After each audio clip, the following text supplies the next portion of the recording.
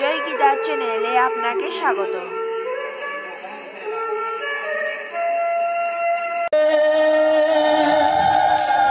হরি হরি বলো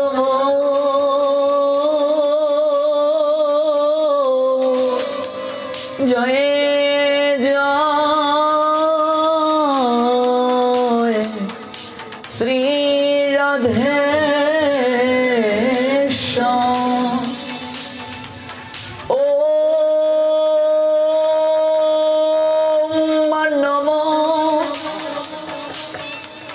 भगवते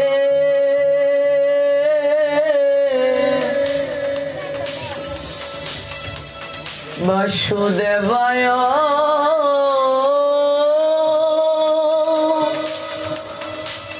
ओम नमो भगवते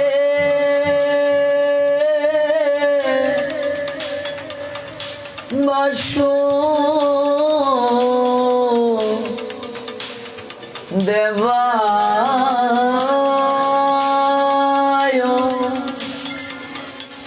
ओम नमो भगवते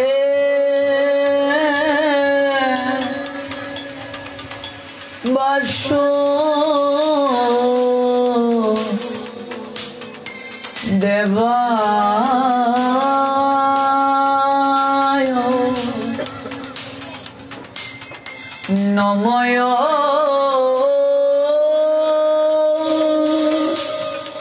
विष्णुपदाय राधाप्रेषिताय भूतले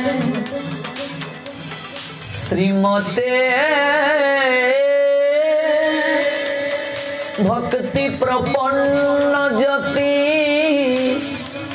स्वामी नमिने नमो आचार्य पदाय धन्यभूषण मुकुटमने गुरु करुणामृतये क्षमा धरि शिरोमणे वंदे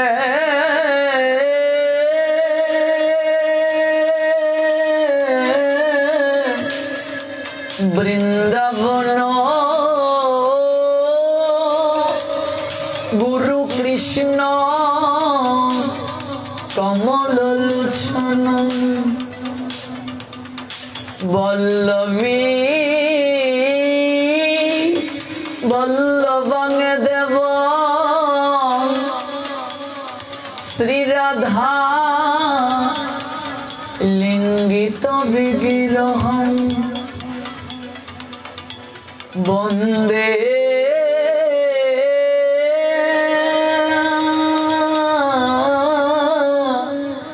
श्री कृष्ण चैतन्य नित्यानंद समुदित गौरदये पुष्पवंत चितिरौ संगौ तमुनद अजानुलंबित भुजौ कनकवदतौ संकीर्तनैकपीतरौ कमलायताक्षौ विश्वम्भरौ द्विजवरौ जुगधर्मपालौ वन्दे प्रिय करुणावतारौ श्री अद्वैत नमस्तुभ्ये कलिजन कृपानिधे गौर प्रेम प्रदानाय श्री सीतापतये नमः महाप्रसाद जननी सर्वसौभाग्यवर्धिनी आदिवेदी हरानित्य तुलसी तंग नमस्ते कृष्णाय वासुदेवाय रहे परमात्मे मने প্রণত ক্লেশনাশয় শ্রী গোবিন্দায় নমো নমঃ। রাধং রসেশ্বরী রমং গোবিন্দ মোহিনী পরাম বৃষভানু সুতং দেবী তং নমামি হরি প্রিয়। জয় জয় রাধে জি গো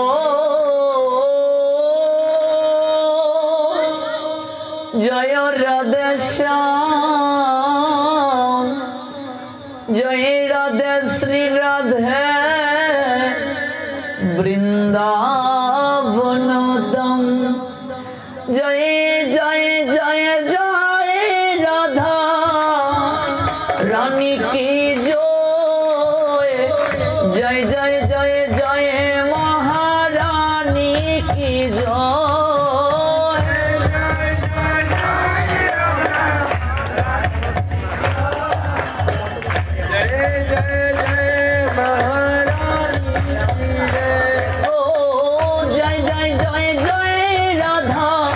रानी की जय जय जय जय जय महारानी की जय। जय जय राधा रानी की जय जय जय जय जय महारानी की जय। तुम श्याम सुहागे सुहागिनी राधे राधे श्याम विरहे विरहिनी राधे राधे। राधे राधे श्याम विरहे विरहिनी राधे राधे। तुम श्याम सुहागे सुहागिनी राधे राधे श्याम विरहे विरहिनी राधे राधे।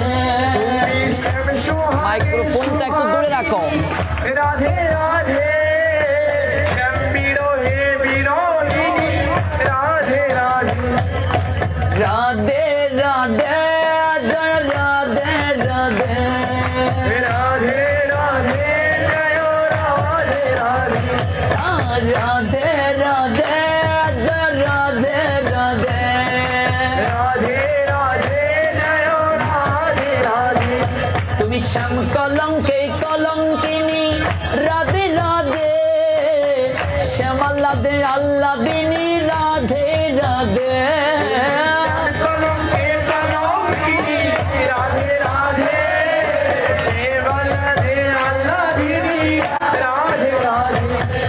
श्याम कलंके कलंकिनी राधे राधे श्याम अल्लादे अल्लादिनी राधे राधे। कलंके कलंकिनी राधे राधे श्याम अल्लादे अल्लादिनी राधे राधे।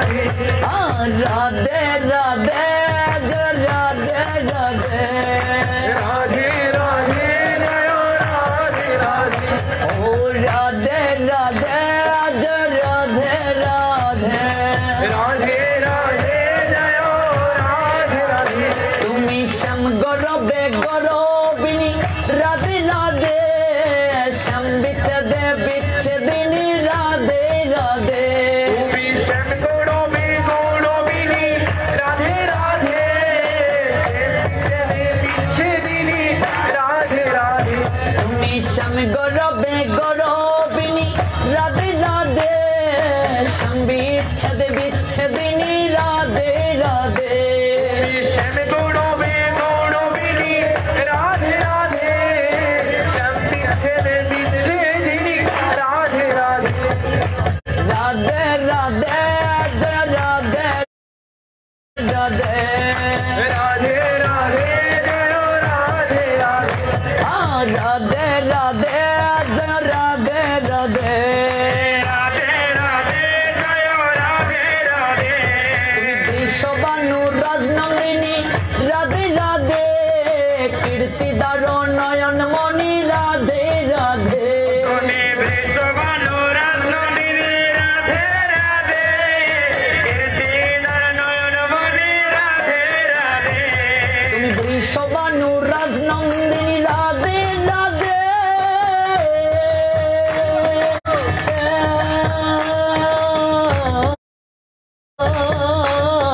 কীর্তিদার নয়নমণি রাধে রাধে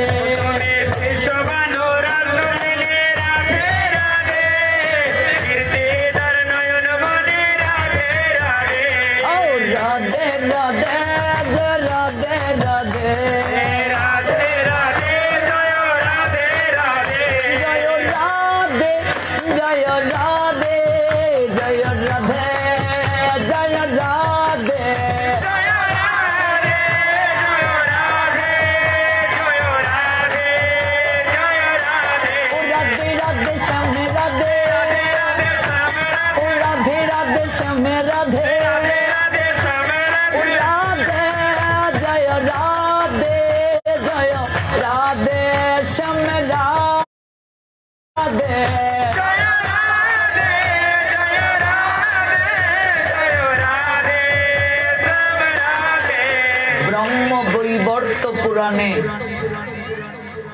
কৃষ্ণ জন্মখণ্ডে বলা হয়েছে রাশব্দং কুর্বতস্তত্রু দদামি ভক্তিমুত্তমাম ধাশব্দং কুর্বত পশ্চাৎ যামি শ্রবণলুবত রাশব্দং কুর্বতস্তত্রু দদামি ভক্তিমুত্তমাম যে ব্যক্তি কেবল রা শব্দটি উচ্চারণ করে ভগবান শ্রী গোবিন্দ বলছেন যে ব্যক্তি কেবল রা শব্দটি উচ্চারণ করে আমি ব্যগ্র হয়ে আমি তাহাকে উত্তম ভক্তি প্রদান করি। রা শব্দটি উচ্চারণ করার সঙ্গে সঙ্গে ভগবান শ্রী গোবিন্দ বলছেন আমি সেই ব্যক্তিকে উত্তম ভক্তি প্রদান করি কেবল রা শব্দটা উচ্চারণ করার সঙ্গে সঙ্গে। আর ধা শব্দটি যখন উচ্চারণ করে আমি তার নিকট থেকে রাধা নাম শ্রবণের লোভে তার হৃদয়ে আবির্ভূত হই। রাধা রা শব্দটি উচ্চারণ করার সঙ্গে সঙ্গে ভগবান ব্যগ্র হয়ে তার নিকটে চলে যান। আর দা শব্দটি উচ্চারণ করার সঙ্গে সঙ্গে ভগবান উত্তম ভক্তি প্রদান পূর্বক তার হৃদয়ে আবির্ভূত হন। তারপর ব্রহ্মবৈবর্ত পুরাণ কি বলছে যে সেবন্তে চ দত্তা মামোপচারাংশ সুরসহ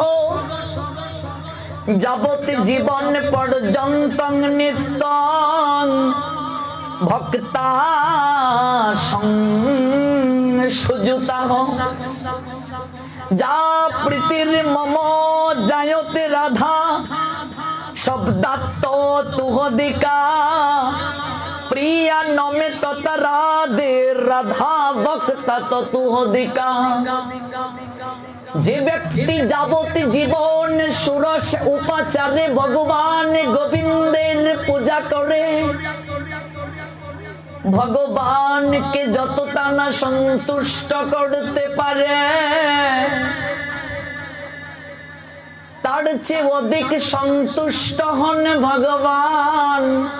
কেউ যদি শ্রদ্ধা ভরে রাধা নামের ধ্বনি করে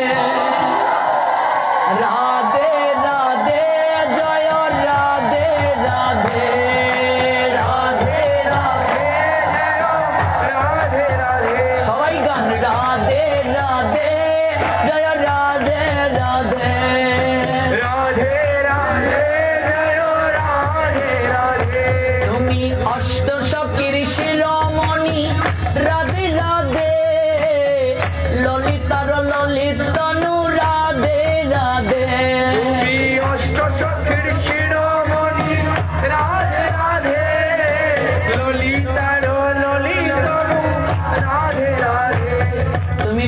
সাকারো প্রাণ সখী রাধে রাধে, কুঞ্জে কুঞ্জে বিলাসিনী রাধে রাধে। তুমি বিশাখারো প্রাণ সখী রাধে রাধে, কুঞ্জে কুঞ্জে বিলাসিনী রাধে রাধে। তুমি ব্রজের ব্রজেশ্বরী রাধে রাধে, অপার করুণাময়ী রাধে রাধে। তুমি ব্রজের ব্রজেশ্বরী রাধে রাধে, অপার করুণাময়ী রাধে রাধে।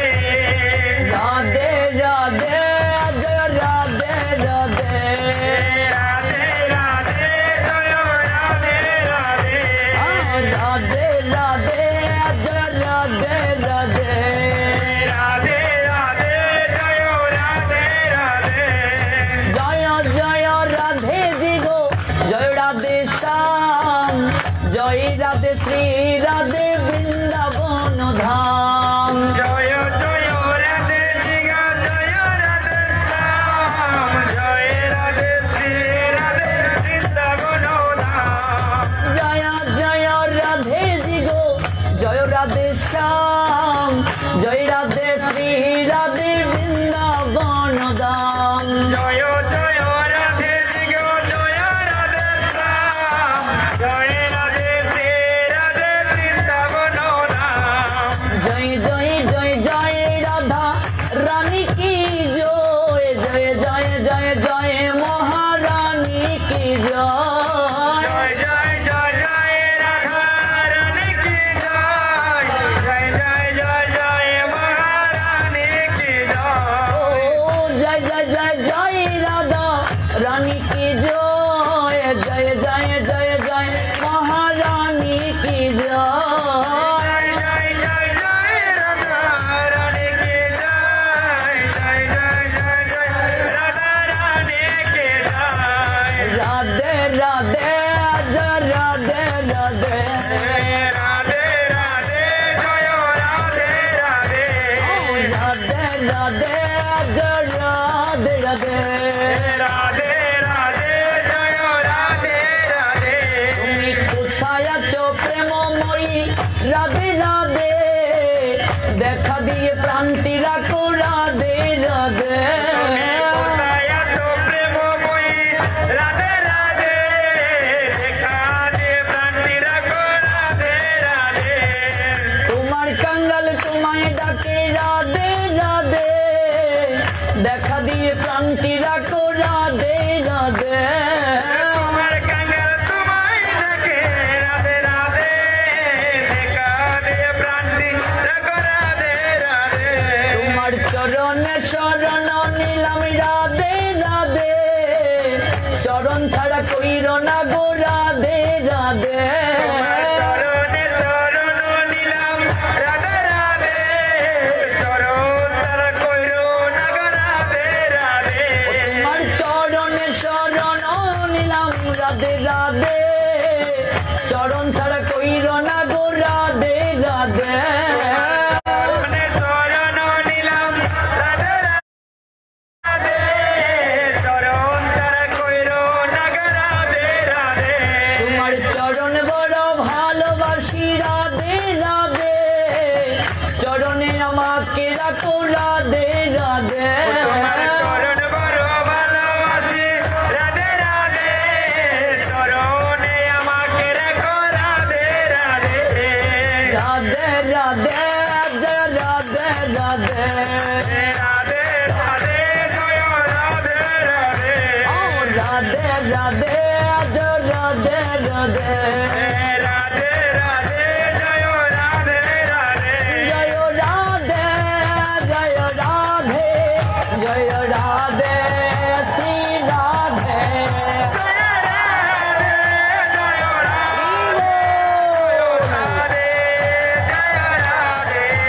জয় রাধে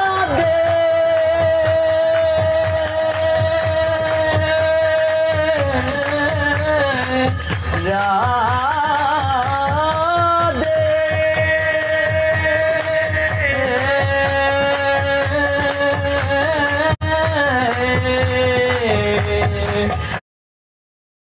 राधे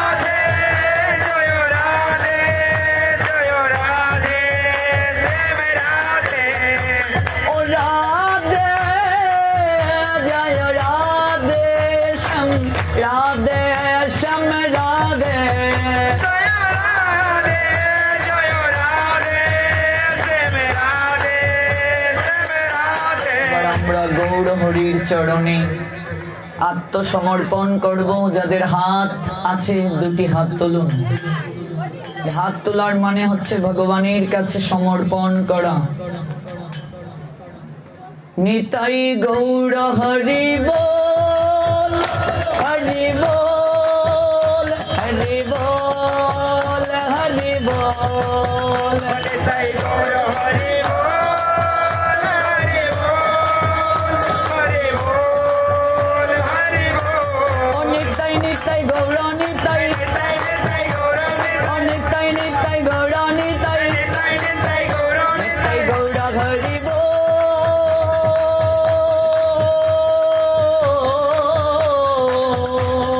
হরি হরি হরি হরি হরি হরি বল। নিতাই গৌর হরি বল, হরি বল, হরি বল। নিতাই গৌর হরি বল,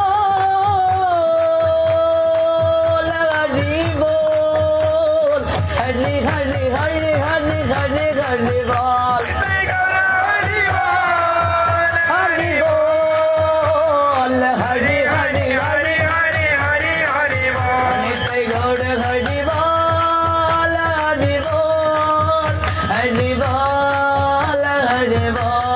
নিতাই গৌর হরি বল, হরি বল, হরি বল, হরি জয় গুরুদেব, গুরুদেব, পতি পাবন শিল গুরুদেব। জয় গুরুদেব, জয় গুরুদেব, পতি পাবন শিল গুরুদেব। জয় পরম গুরুদেব, পরম গুরুদেব, পরম গুরুদেব, জয় পরম গুরুদেব। জয় পরম গুরুদেব, জয় পরম গুরুদেব, পরম গুরুদেব, জয় পরম গুরুদেব। জয় প্রভুপদ, প্রভুপদ, ভক্তি সিদ্ধান্ত সরস্বতী ঠাকুর প্রভুপদ। জয় প্রভুপদ, জয় প্রভুপদ, জগৎ গুরু শিল। প্রভুপদ জয় জয় জয় জয় জয় জয় জয় জয় জয় জয় জয় জয় জয় প্রভুপাদ। জয় জয় জয় জয় জয় জয় জয় জয় জয় জয় জয় প্রভুপাদ। গৌর হরি বল, গৌর হরি বল, গৌর হরি বল, নিতাই গৌর হরি বল। নিতাই গৌর হরি বল, নিতাই গৌর হরি বল, গৌর হরি বল, নিতাই গৌর গৌর প্রেমানন্দে হরি হরি বল। জয় জয় শ্রী রাধে। বাকি মাইক্রোফোন সব বন্ধ করে দাও।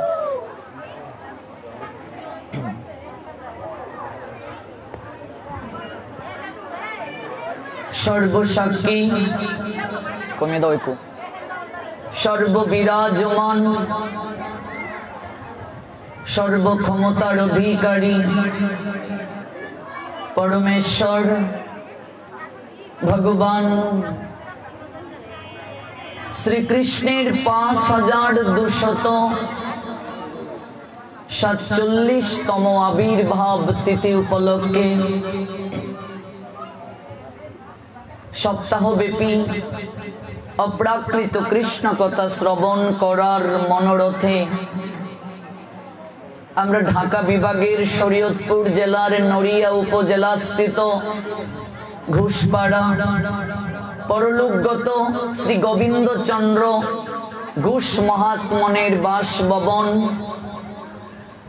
শ্রী শ্রী রাধা কৃষ্ণ মন্দির প্রাঙ্গণে আজকের এই পঞ্চম রজনীতে উপবেশিত হয়েছি। আজকের পর আর আমরা দুদিন পাবো এই অপ্রাকৃত কথা শ্রবণের সময়। গতকাল যে জায়গায় কথার বিশ্রাম টেনেছিলাম, আজ সেই জায়গা থেকে পুনরায় শ্রবণ করব। যারা ধারাবাহিকভাবে প্রথম দিন থেকে শুনছেন তাদের আলোচনা শ্রবণে অনেকটা অনিন্দময়তা আসবে হৃদয়ে, কারণ আলোচনাগুলো ধারাবাহিকভাবে হচ্ছে। আমরা শ্রবণ করছিলাম গতকাল অর্জুন এবং সুভদ্রা তাদের পরিচয়ে তারা মামাতো পিসতুতো ভাই বোন, তাহলে কেন বিয়ে হলো? যেহেতু আমাদের সনাতন শাস্ত্র রক্তের সম্পর্কে বিয়ে সমর্থন করে না। তার বিস্তারিত ব্যাখ্যা আমরা শুনেছি গতকাল, তার তত্ত্ব আমরা শ্রবণ করেছি। আজ আমরা সুভদ্রার তত্ত্ব জানব। শাস্ত্রে সুভদ্রাকে কোন তত্ত্ব বলা হয়েছে? বিয়ের পর সাধারণত আরেকটু কমবে, মেয়েরা শ্বশুর বাড়িতেই থাকবে। তাহলে ভাইদের মাঝখানে সুভদ্রা কেন?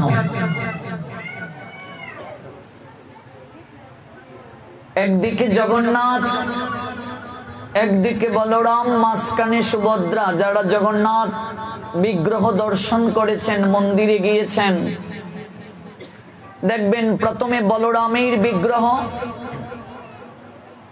মাঝখানে সুভদ্রার বিগ্রহ, তারপর জগন্নাথের বিগ্রহ। আপনাদের মনে কি কখনো প্রশ্ন জেগেছে এই বিগ্রহ দর্শন করতে গিয়ে বলরামের বিগ্রহটা প্রথম কেন? সুভদ্রা মাঝখানে কেন? জগন্নাথের বিগ্রহ পড়ে কেন? জগন্নাথের বিগ্রহ প্রথমত রাখা যেতে পারত। সুভদ্রা মাঝখানে কেন? ভাইদের মাঝখানে সুভদ্রা কেন? বিয়ের পর তো একটা নারীর পরিচয় হয় স্বামীর পরিচয়ে, তাহলে ভাইদের মাঝখানে সুভদ্রা কেন? আদৌ সুভদ্রা কে? তত্ত্ব জানতে হবে, তত্ত্ব না জানলে কিছুই হবে না। এই জন্যই ভগবান গীতায় বলছেন, জন্ম কর্ম চমে দিব্যম এবং জবেত্তি তত্ত্বত। তত্ত্ব জানতে হবে, তত্ত্বগতভাবে জানতে হবে। পুরীতে 3টা রথ হয়।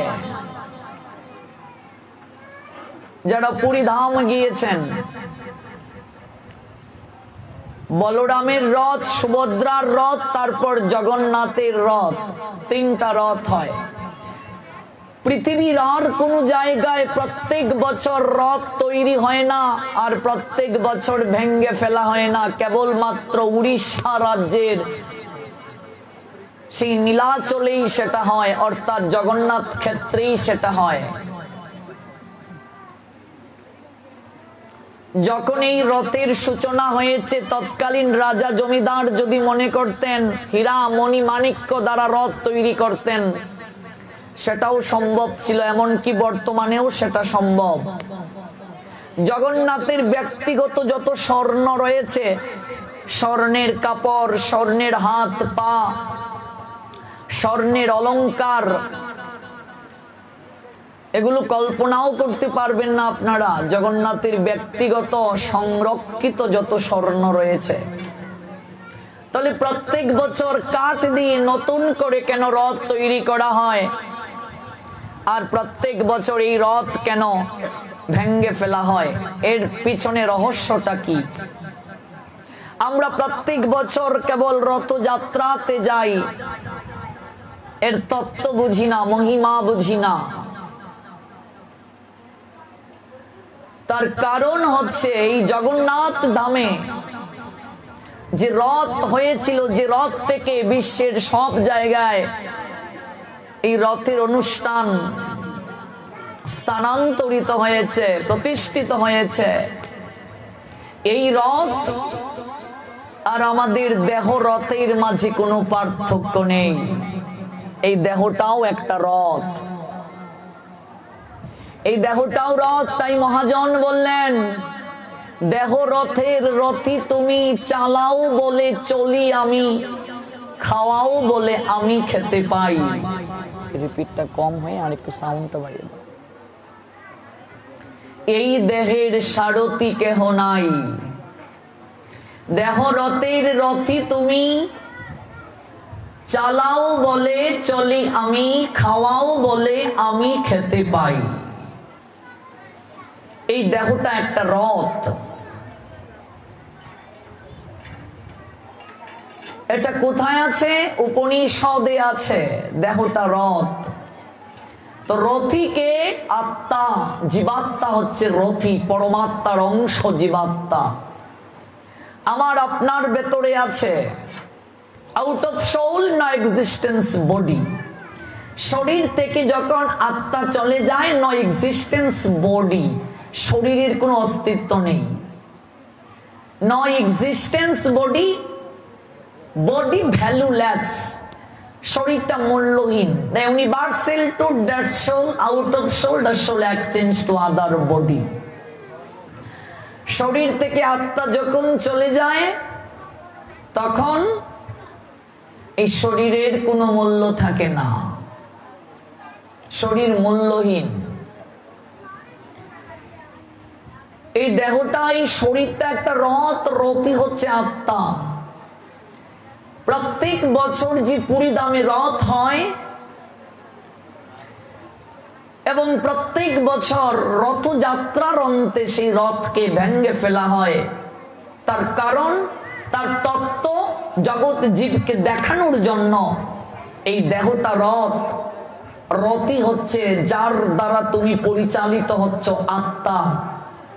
এই আত্মা দেহের ভেতরে আছে বলে আমরা কথা বলতে পারছি, চলতে পারছি। এই আত্মা দেহের ভিতর আছে বলে আমরা বিভিন্ন জায়গায় যেতে পারছি, আনন্দ অনুভব করতে পারছি, সুখ দুঃখ অনুভব করতে পারছি। আমরা মূর্খের মতো এই জড় দেহের খাঁচাটিকে নিয়ে পড়ে আছি। এই দেহটা একটা খাঁচা। গীতায় ভগবান বললেন, দেহটা কাপড়, বাসাংশি জীর্ণানি যথা বিহায় নবানি গৃহ্ণাতি নর অপরাণী তথা শরীরানি বিহায় জীর্ণানি অন্নানি সংজাতি নবানি দেহি। এই দেহটা একটা কাপড়। গীতায় ভগবান বললেন দ্বিতীয় অধ্যায় সাংখ্য যুগের 22 নং শ্লোকে। দেহটাকে পাখি বলছেন মুন্ডক উপনিষদ, আর দেহটাকে খাঁচা বলছেন মুন্ডক উপনিষদ, আর পাখি হচ্ছে আত্মা। এবার পাখি আছে বলেই খাঁচার প্রয়োজন আছে, পাখি যদি না থাকে খাঁচার প্রয়োজন নেই, মূল্য নেই। আপনি বাজার থেকে একটা ময়না পাখি কিনে এনেছেন, ওই পাখিটাকে রাখতে গেলে আপনার একটা খাঁচা প্রয়োজন, কিন্তু পাখিটাই যদি না থাকে খাঁচার কোনো মূল্য নেই। এবার আপনি বাজার থেকে পাখি এনেছেন, খাঁচার ভেতর পাখি, আপনি যদি কেবল খাঁচাটিকে পরিষ্কার করেন, খাঁচাটিকে যত্ন করেন, ভেতরে যে পাখি আছে পাখিকে যদি খাবার না দেন, পাখির যদি যত্ন না নেন, তাহলে পাখি কি বেশি দিন খাঁচায় থাকবে? বলো হরি হরি বল। মরে যাবে। সনাতনীরা মরলে কি বলতে হয় আমরা অনেকেই জানি না। দিব্যান লোকান সগচ্ছতু। একটা মুসলমান যদি মারা যায় মৃত্যু সংবাদ শুনলে তারা বলে ইন্না লিল্লাহি ওয়া ইন্না ইলাইহি রাজিউন।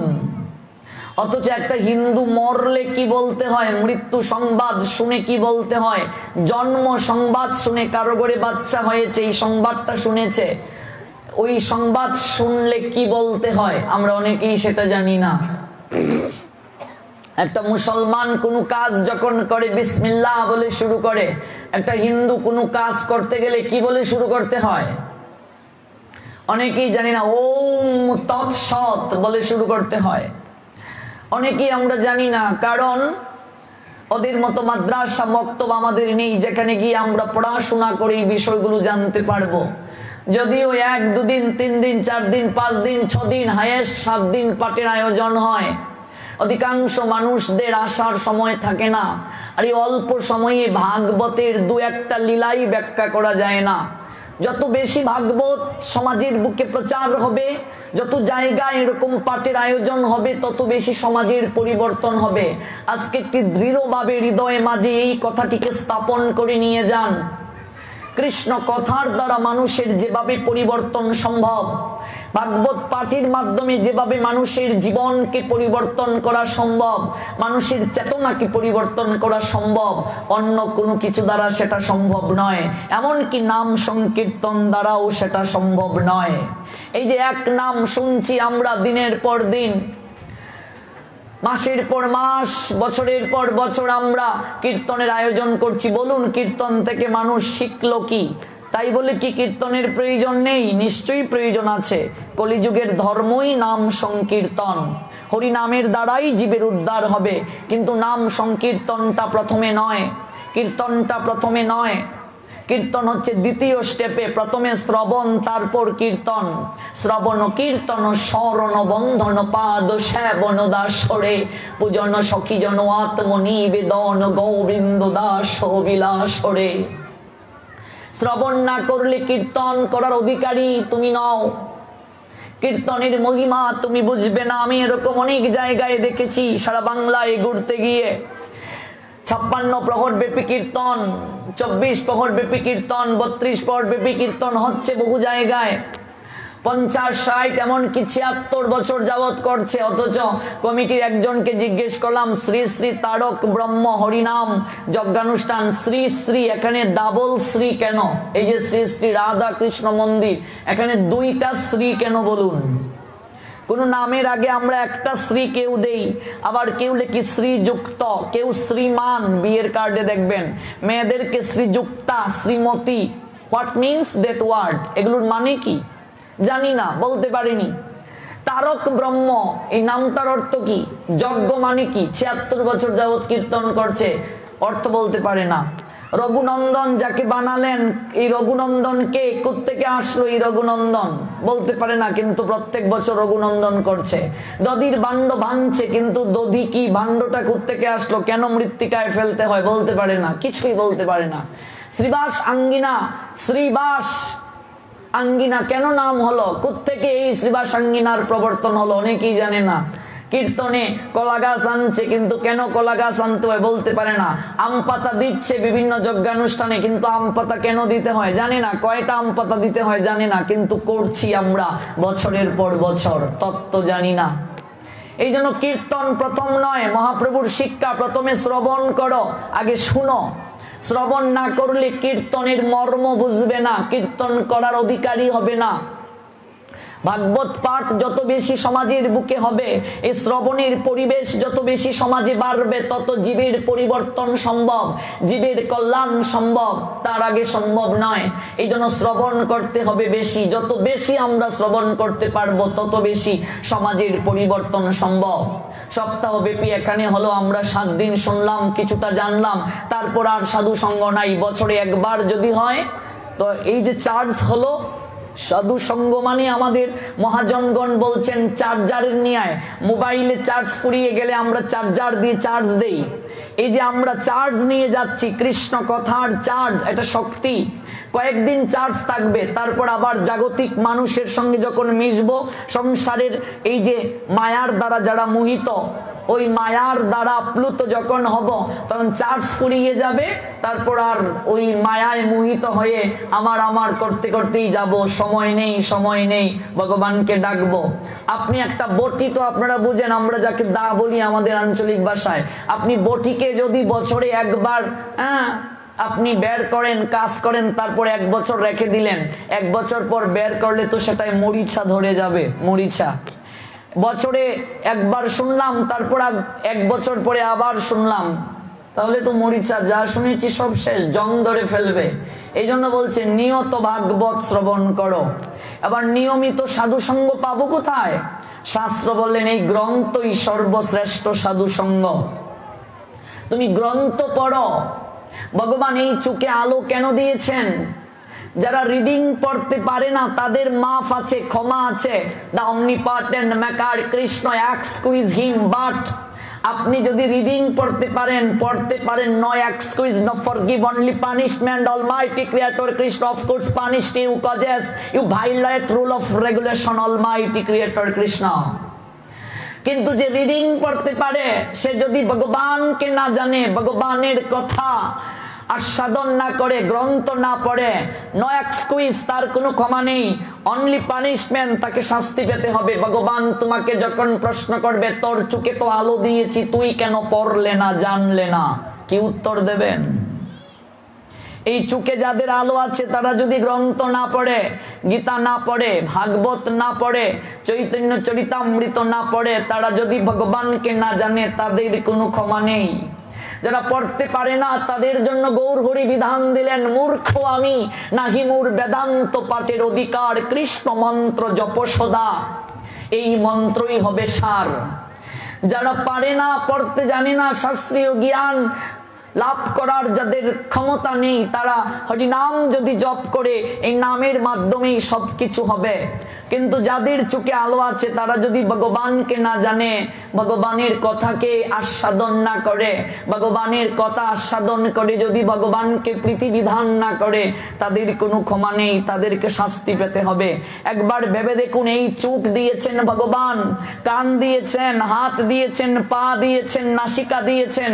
একবার রেলওয়ে স্টেশনের পাশে গিয়ে দাঁড়াও, কত লোকের হাত নেই, পা নেই, চোখ নেই, ওরা এসে আপনার কাছে 1 টাকা 2 টাকা 5 টাকা ভিক্ষা চাইছে। তাহলে তাদের থেকে আমাকে আপনাকে ভগবান নিশ্চয়ই ভালো রেখেছেন।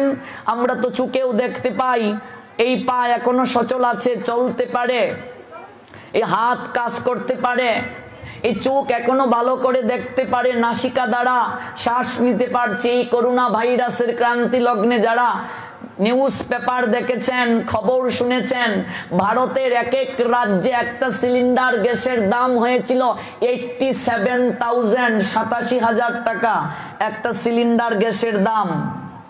ভেবে দেখুন, অক্সিজেন সিলিন্ডার 87,000, অথচ এই প্রকৃতি থেকে আমরা অক্সিজেন নিচ্ছি, বাতাস নিচ্ছি বিনামূল্যে, অথচ একটা অক্সিজেন সিলিন্ডারের দাম কোন রাজ্যে 87,000 টাকার উপরে হয়েছে। ভগবান যদি 1 সেকেন্ড এই অক্সিজেনকে বন্ধ করে দেয়, সরবরাহ করা বন্ধ করে দেয়, প্রকৃতি অচল হয়ে যায়, চলতে পারবো না আমরা। অথচ কতটুকু কৃতজ্ঞতা জ্ঞাপন করছি ভগবানকে। ফ্যান চলছে, বিল দিচ্ছি, লাইট জ্বলছে, বিল দিচ্ছি, সূর্য আমাদেরকে আলো দিচ্ছে। সূর্য যদি এসে বলে আমার বিল পরিশোধ করো, কি বলবো তাকে? পবন বাতাস দিচ্ছে, যদি এসে বলে তুমি যে কারেন্টের মাধ্যমে ফ্যান চালিয়ে বাতাস পাচ্ছ, বিল দাও প্রত্যেক মাসে, আমার বিল পরিশোধ করো। মোটর দ্বারা জল তুলছেন, প্রতি মাসে বিল দিতে হয়। যদি বরুণ দেবতা বলে আমি যে জল দিচ্ছি ভগবানের আদেশে, আমার বিল পরিশোধ করো, কি জবাব দেব? রাস্তার লোকটা থেকে ভগবান আমাদেরকে তো ভালো রেখেছেন, তার চোখ আলো নেই, তার পা ভাঙ্গা, এগুলো কর্মের কারণে সে এরকম হয়ে জন্ম নিয়েছে।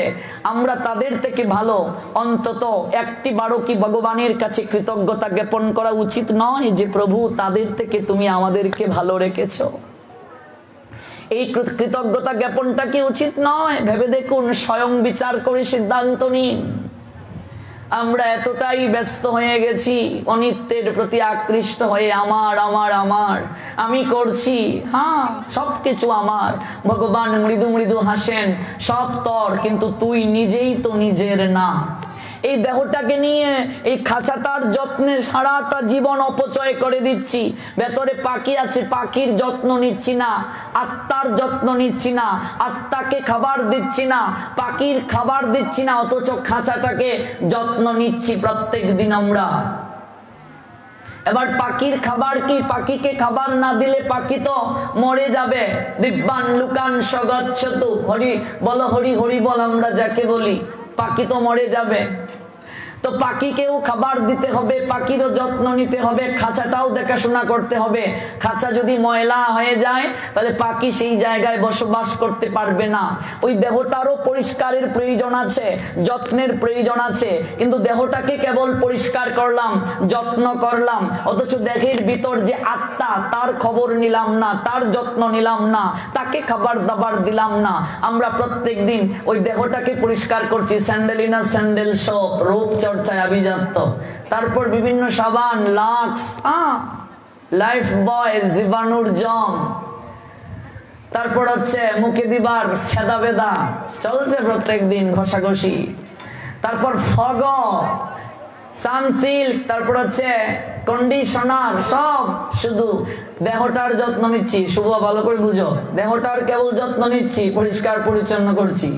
ভেতরে যে পাখি, পাখির যত্ন নিচ্ছি না, পাখির খাবার দাবার দিচ্ছি না। এবার পাখির খাবার দাবার কি? পাখিকে আত্মা বলছে মুন্ডক উপনিষদে। আত্মার খাবার কি? ওই যে আমরা সেদিন বলছিলাম, অনেকেই বলে আত্মায় টানতেছে। যদি একটা বোয়াল মাছ খাইতে পারতাম। এক জায়গায় পাল্টে গেছি, বৌমা, পুয়াতি বুঝো মা, গর্ভবতী, প্রেগন্যান্ট বৌমা তার শাশুড়ি কয়, ও মা আমার আত্মায় টানতেছে, যদি কচি কচি লাউ পাতা দিয়ে একটু হিদল ভর্তা খাইতে পারতাম। এবার শাশুড়ি কয়, মাই গো আমার বউটা ফুয়াতি, তার আত্মায় টানতেছে, যাও না একটু বাজারে গিয়ে দেখো কচি কচি লাউ পাতা পাও কিনা। এবার শ্বশুর গেছে, এই বাজারে পাইছে না। তোমার তো আকল বুদ্ধি কিচ্ছু নাই, এক বাজারে পাইছো না, আরেক বাজারে তো যাইতা। গর্ভবতী বউ, তার আত্মায় টানতেছে। আর গীতায় ভগবান বললেন আত্মায় কোনো কিছুই খায় না। তো চিন্তা করে দেখো, ভগবান বলছেন আত্মায় খায় না, আর আমার বউয়ের আত্মায় টানতেছে কচি কচি লাউ পাতা দেখি দল ভর্তা খাইতো, আত্মায় টানতেছে বোয়াল মাছ খাইতো। অনেকে কয় আত্মায় যা টানে তাই খাও। অনেকে ওই যে শ্রাদ্ধের কথা বললাম, সমাজপতিরা বিধান দেয়, তোর বাপ তো নুরিয়া বাজারের সবচেয়ে বড় মাছটা নিত, তো আত্মা তুষ্ট জগৎ তুষ্ট, শ্রাদ্ধে মাছ কর, তোর বাপ ঢ্যাং করে স্বর্গে চলে যাবে, আত্মাকে খাওয়া। আর ভগবান বললেন আত্মায় কোনো খায় না, আত্মাকে অস্ত্রের দ্বারা কাটা যায় না, আগুনে পুরানো যায় না, জলে ভেজানো যায় না, হাওয়াতে শুকানো যায় না। যারা গীতা পড়েছেন, নয়নম চিন্দন্তি শস্ত্রাণি নয়নম দহতি পাবক ন চয়নম ক্লেদন্তি আপ ন সৌতি মারুত অচ্ছেদ্য অয়ম দাজ্য অয়ম অক্লেদ্য অশুষ্য এবচ নিত্য সর্বগত স্থানু অচল অয়ম সনাতন। আত্মা সনাতন, the soul all time evergreen, the soul all time adolescence, but the body valueless. আত্মা all time evergreen, আত্মা all time universal, but body valueless. বডির কোনো মূল্য নেই, যে কোনো সময় এই বডিটা ধ্বংস হয়ে যাবে, নষ্ট হয়ে যাবে। ভেবে দেখুন, এই যে শরীর, এক সময় শৈশবে যখন ছিলাম তখন কেমন ছিল, কৈশোরে কেমন ছিল, যৌবনে কেমন ছিল, এখন বৃদ্ধ অবস্থায় কেমন? নিয়ত পরিবর্তন হচ্ছে, নিয়ত পরিবর্তন হচ্ছে। আয়নার পাশে দাঁড়ালে দেখা যায় চুলে পাক ধরেছে, দাঁত পড়ে যাচ্ছে, সংকেত দিচ্ছেন, সংকেত দেখো। বেশি দিন আর থাকার সময় নেই, ধীরে ধীরে বেলা ফুরিয়ে যাচ্ছে। ববের হাটে যে কেনা বেচা করতে আসছো, হিসাবের খাতাটা খুলো, একটু দেখো কি করলে। নিয়ত পরিবর্তনশীল, অথচ এই দেহটাকে নিয়ে পড়ে আছি, খাঁচাটাকে নিয়ে পড়ে আছি। ভগবান যে পাখির যত্ন নেওয়ার কথা বললেন, ওই পাখিটাকে নিয়ে ভাবছি না, আত্মাকে আল্লাহকে অবহেলা করে জড়দেহের খাঁচাটিকে সুখ নামক সোনার হরিণকে বন্দী করার জন্য পাগলের মতো বিরামহীন ভাবে চলছি, আর আমি করছি। অথচ ভগবান বললেন দশম অধ্যায় বিভূতি যুগের 8 নং শ্লোকে, এই সব কিছু আমরা যে মূর্খতার বশবর্তী হয়ে বলছি আমি করছি, ভগবান বলছেন না। ভগবান বলছেন আমি জড় ও চেতন জগতের সবকিছুর উৎস। কে? ভগবান বলছেন দা omnipotent maker Krishna say I am the source of all spiritual and material worlds। আমি জড় এবং চেতন জগতের সবকিছুর উৎস। আমার থেকে সবকিছু সৃষ্টি হয়েছে। অহম সর্বস্ব প্রভব মত্ত সর্বম প্রবর্ততে ইতি মত্তা ভজন্তে মাম বুধা ভাব সমন্বিতা। শ্রীমদ্ ভগবদ গীতা 10ম অধ্যায় 8 নং শ্লোক। ভগবান বলছেন আমি জড় ও চেতন জগতের সবকিছুর উৎস, অর্থাৎ I am the source of all spiritual and material worlds, everything emanates from me, অর্থাৎ সবকিছু আমার থেকে সৃষ্টি হয়েছে। everything emanates from me।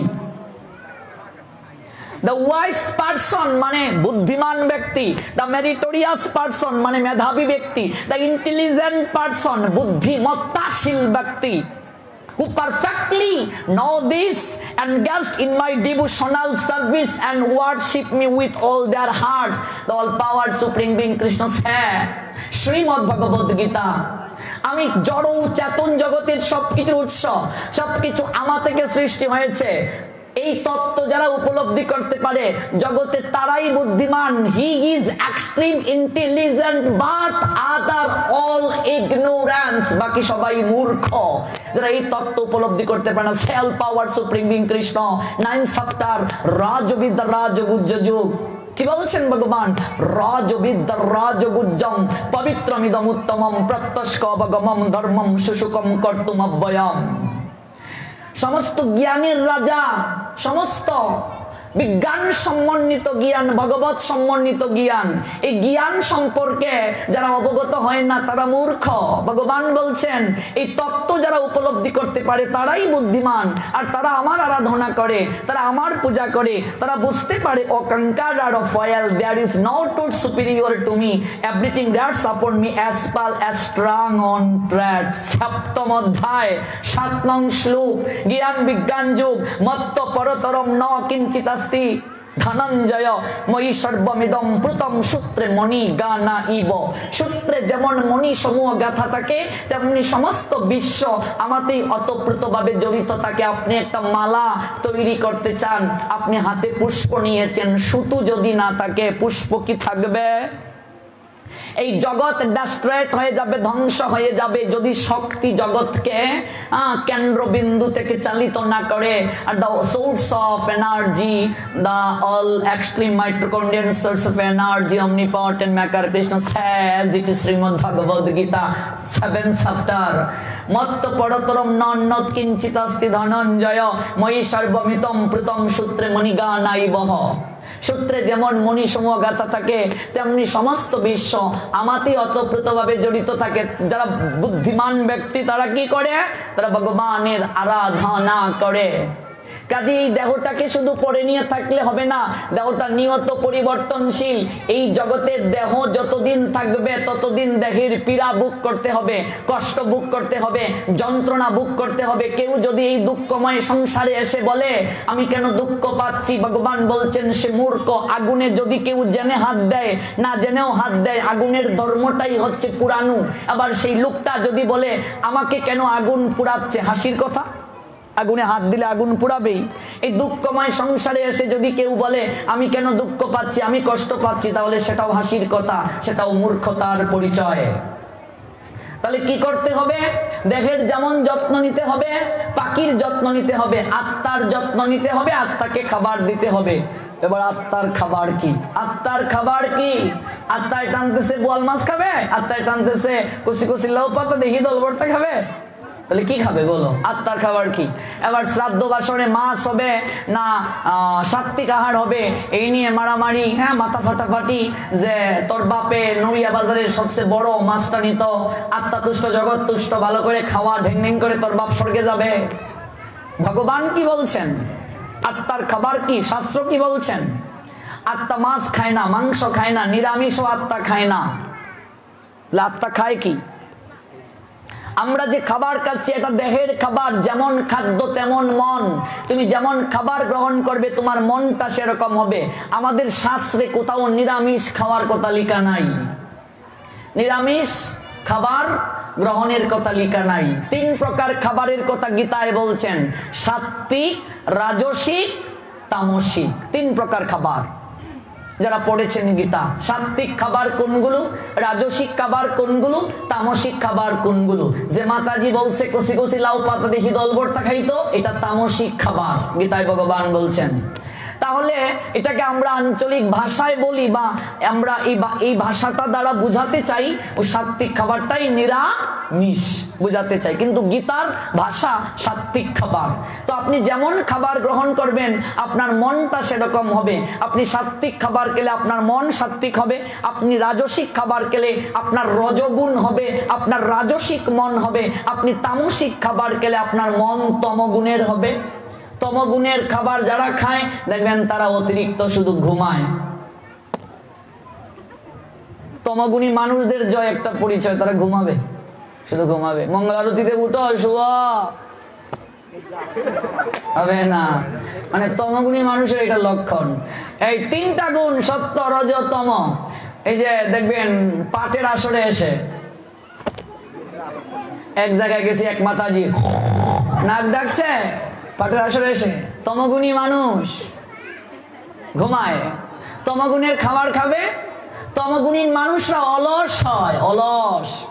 এগুলো গীতা থেকে সুন্দর লেখা। তমগুণী মানুষের লক্ষণ কি কি? ওরা অলস হবে, ওরা কোনো কাজ করতে চাইবে না, ওরা বলবে আমার জীবনের মূল্য নেই, সব শেষ, শেষ জীবন, কি লাভ আছে জীবনের। ওরা আলস্য, নিদ্রায় কাতর থাকবে, ওদের জীবনের মূল্য নেই, ভাব থাকবে, একটা স্পিরিট থাকবে না, তারুণ্যতা থাকবে না ওদের মাঝে। তমগুণী মানুষ যারা। আর রজগুণী মানুষ যারা, ওরা দেখবে শুধু বেটাগিরি, আই একটা হয়ে যাক, লোক দেখানো কাজ, রাগ বেশি থাকবে ওদের, কাম বেশি থাকবে। রজ আর তমগুণী মানুষের কাম শুধু সারাদিন ভূতের মতো পরিশ্রম আর রাত্রে গিয়ে ইন্দ্রিয় তৃপ্তি। এটা হচ্ছে রজ তমগুণী মানুষের আচরণ। পশুর মতো তারা ইন্দ্রিয় তৃপ্তি করবে আর এই সংসার সবকিছু তাদের, এগুলো ভাববে। আর সাত্বিক খাবার যারা গ্রহণ করবে তারা সত্যগুণী। সত্যগুণী মানুষরা ভাবে এই সমস্ত কিছুই ভগবানের সন্তুষ্টি বিধান করার জন্যই আমার জগতে আসা। এগুলো খাবারের উপরও ডিপেন্ড করে। আপনি যেমন খাবার গ্রহণ করবেন আপনার মন সেরকম হবে। আপনি সাত্বিক আহার গ্রহণ করে দেখুন, আপনি ঠিক মতো নিয়ম কানুন চালনা করে দেখুন, আপনার কাম প্রায় 70% দমন হয়ে যাবে। আর একটু প্রাণায়াম যদি কেউ করে অবশ্যই কামকে দমন করা সম্ভব। তাহলে এই জন্য গীতায় 3 প্রকার খাবার দিচ্ছেন। ইন্দ্রিয়কে দমন করার জন্য, নিয়ন্ত্রণ রাখার জন্য সাত্বিক খাবারের বিকল্প নেই। Our sense is most intoxicating and stimulate and situation our sensible power increasing. If we control our sensible power, of course eat Satvik vegetarian food. সাত্বিক আহার যদি আমরা গ্রহণ করি তাহলে আমাদের সেন্স গুলো নিয়ন্ত্রণ থাকবে। তাহলে সাত্বিক, রাজসিক, তামসিক যেমন খাবার গ্রহণ করবেন মন সেরকম হবে, মনের উপর প্রভাব পড়ে। এবার মন যেরকম বুদ্ধি সেরকম, আপনার মন যেরকম বুদ্ধিটাও সেরকম হবে। আপনার বুদ্ধি যেরকম হবে স্থিতি সেরকম হবে, স্থিতি যেরকম লয় সেরকম, লয় যেরকম প্রাপ্তিটাও সেই রকম। যেমন আগামীকাল উন্মিলনী মহাদ্বাদশী তিথি, একাদশীর সঙ্গে দ্বাদশী সংযুক্ত হয়েছে। অন্নদা একাদশীর সঙ্গে উন্মিলনী মহাদ্বাদশী যুক্ত হয়েছে।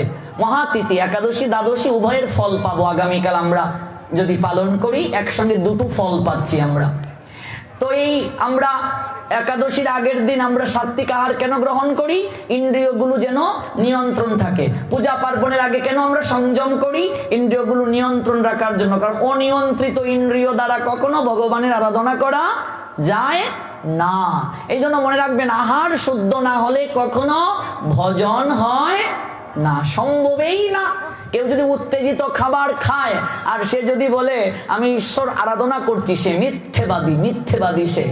মন চঞ্চল হবেই হবে, ইন্দ্রিয় অবশ্যই তাকে আক্রমণ করবে, কামনা অবশ্যই তাকে জর্জরিত করবে, সম্ভবই না। সম্ভব না, সে মিথ্যে কথা বলছে। সাধু হয়েও যদি বলে সেও মিথ্যেবাদী। সাধু যদি বলে আমার কাম নাই, মিথ্যেবাদী। তারও কাম আছে, কিন্তু সে বিভিন্ন সাধনার মাধ্যমে নিয়ন্ত্রণ করার চেষ্টা করছে। কামনা সবার আছে, কামনা না থাকলে তো মূল্যই নেই। সাপের বিষ না থাকলে সাপের মূল্য আছে? কামনা প্রত্যেকেরই আছে, কিন্তু এই কামনাটা কোন ক্ষেত্রে নিতে হবে? নরোত্তম দাস ঠাকুর বললেন, কাম কৃষ্ণ প্রাপ্তির জন্য নিবেদন করতে হবে। কাম কৃষ্ণ প্রাপ্তির জন্য। এই জন্য সাত্বিক আহার গ্রহণ আমাদের উচিত। আমরা যারা কন্টিনিউয়াসলি নিরামিষ কিংবা সাত্বিক আহার কিংবা ভেজিটেরিয়ান আমরা হতে পারছি না। তাছাড়া ভগবান গীতায় বলছেন, আমার জিনিস আমাকে যদি নিবেদন করে কেউ না খায় তাহলে সে কি করছে? চুরি করছে। আমরা এই জগতে কিচ্ছু নিয়ে আসিনি। ভগবানের প্রদত্ত জিনিস ভগবানকে না দিয়ে খেলে চোর সে। জগতে আমরা কিছুই নিয়ে আসিনি, এই কাপড়টাও নিয়ে আসিনি, ভগবান সব দিয়েছেন, তার জিনিস তাকে দেব। আমরা তার সঙ্গে লেনদেন করি। লেনদেন কিভাবে? দেখবেন অনেকে গিয়ে মানত করে যে, হে গোবিন্দ, আমার ছেলে যদি গোল্ডেন এ প্লাস পায় তোমাকে বড় করে একটা চাল কলা দিয়ে ভোগ দেব। এবার ছেলে গোল্ডেনও পেল না, অনন্ত কোটি বিশ্ব ব্রহ্মাণ্ডের মালিক ভগবান গোবিন্দের কপালে চাল কলাও জুটলো না। ঠিক বলছি? এবার মেয়ের ঘরে বছর বছর মেয়ে হয়, মুই মাতারির ঘরে অসর অসর মাতারি হয়। প্রত্যেক বছর মেয়ের ঘরে মেয়ে হয়, ফুরির ঘরে ফুরি হইতেছে। এমনকি আমানত করছে, এই বছর যদি আমার ফুরির ঘরে একটা ফুয়া হয় তাহলে তোমার একটা না, মা খালি ডাবল দিব, ডাবল ডাবল। তোমার ফুরির ঘরে হুয়া হইতো আর তুমি দুইটা অবলা ফাটার প্রাণ তুমি বধ করতা, এটা কেমন কথা? এবার ফুরির ঘরে হুয়া হইল না, মা কালীর কপালে ফাটার মাথাও জুটলো না। এবার মা কালী আদৌ পাটা খায় কিনা এটা শাস্ত্র থেকে জানি না। বলি আদৌ কলিযুগে আছে কিনা, না নিষেধ, এটা জানার চেষ্টা করি না। যে কলিযুগে বলি নিষেধ, এটা তামসিক মানুষদের জন্য অন্যান্য যুগে ছিল, কিন্তু কলিযুগে মহাপ্রভু এসে নিষেধ করলেন। বলি যারা দেবে মহাপাপী, বলির প্রসাদ পর্যন্ত গ্রহণ নিষেধ। বলির পূজায় যদি কেউ অর্থ দান করে চাঁদা হিসেবে, তাহলেও তার অধোপতি হবে, অধোগতি হবে, লাভ। বলি সম্পূর্ণ যুগে কলিযুগে নিষেধ। রাম ঠাকুর যিনি রামপ্রসাদ, যিনি মা কালীর এত প্রিয় ভক্ত, সেই রামপ্রসাদ পর্যন্ত বলির বিরুদ্ধে কথা বলে গেলেন। আর আমরা কিছুই জানি না, আমরা বলি বলি বলে চিৎকার করছি। মানত যারা করে মনে রাখবেন তারা সবচেয়ে পাপী। মানত বুঝো, মানসিক বুঝো। মায়েরা বিশেষ করে মানসিকে আগ্রহীয়া এগিয়ে তারা আয়া কইব চট করে একটা লম্বইয়া প্রণাম, তারপর মানত, তাদের মানত একটা করে ফেলে। মানত যারা করে ওরা পাপী কিভাবে বলি? ওদের মন ছোট কি করে বলি? ভগবান বলছেন গীতায়, কর্মণি অব অধিকার হতে মা ফলেষু কদাচন মা কর্ম ফল হেতু বুমাতে সম্বস্ত কর্মাণি। ভগবান বলছেন কর্মে তোমার অধিকার আছে, ফলে অধিকার নেই। তুমি কর্ম করে যাও, ফলদাতা আমি, ভগবান বলছেন। তাহলে এই জগতে কোনো কিছুই আমাদের না, ছেলেটাও ভগবানের, এটাই বাস্তব। কিন্তু আমরা মূর্খতার বশবর্তী হয়ে আমার দাবি করছি। তাহলে আমার ছেলে পরীক্ষায় যাবে, ভগবানকে ঘুষ দিচ্ছি, লোভ দেখাচ্ছি। ছেলের রেজাল্ট ভালো হলে তোমারে ভোগ দেব, রেজাল্ট ভালো না, ভোগ নাই। মানত পূরণ না হইলে কেউ দেয়? কি ভগবানকে লোভ দেখানো হচ্ছে না? তার জিনিস তাকে দেব, তার সঙ্গে আমরা লেনদেন করছি, তাকে লোভ দেখাচ্ছি, এটা কেমন কথা? তোমার ছেলে পরীক্ষায় যাবে, আগেই ভগবানকে ভোগ দাও, প্রভু তোমার ছেলে পরীক্ষায় যাচ্ছে, ছেলেটার পরীক্ষা যেন ভালো হয়। এটা হচ্ছে কথা। মানত করাটাই তো পাপ, মানত করাই ঠিক নয়। ভগবানের সবকিছু, আমার তো কিছুই নাই, তো আমি তার জিনিস তাকে দেব, তার সঙ্গে লেনদেন করছি। 1 কেজি লবণ দাও, এই টাকা নাও, টাকা নাই, লবণ নাই। মানত পূর্ণ হলো দেব, পূরণ হয় নাই দেব না, লেনদেন করছি তার সঙ্গে, এটা কেমন কথা? কাজেই মানত করাটাই ঠিক না। বলিটা নিষেধ, কলিযুগে বলি নেই, বলি সম্পূর্ণরূপে নিষেধ। আমাদের কিছু কিছু পুরাণে বলির কথা আছে, তবে এটা তামসিক মানুষদের জন্য, যারা প্রচুর পরিমাণে আসরিক প্রবৃত্তি সম্পন্ন, যারা মাছ মাংস ছাড়া চলতে পারে না, তাদেরকে একটু নিয়ন্ত্রিত রাখার জন্য একটা বলির প্রচলন ব্যাসদেব দিয়েছিলেন। অন্তত উৎসর্গ করে তারা খাক, কিন্তু তারা যদি অর্থটা জানে আর কখনোই কার্য করবে না। মাংস, মনুসংহিতায় এই মাংস শব্দের অর্থ ময় আকার অনুসার, এটা সংস্কৃতে মাম, মাম মানে আমাকে, স মানে সে। মাংস শব্দের অর্থ শাস্ত্র বলছে মাংস, মান মানে আমাকে, স মানে সে। আমি যাকে খাবো পরবর্তী জন্মে সে আমায় খাবে। মিট, মিট, মি ইট, মিট, মিট, মি মানে আমাকে, ইট মানে কি খাওয়া, আমাকে খাবে। মিট মানে মাংস, মিট, মিট, মিট, মিট, আমাকে খাবে। ইট মানে খাওয়া, মি মানে আমাকে, আমাকে খাবে।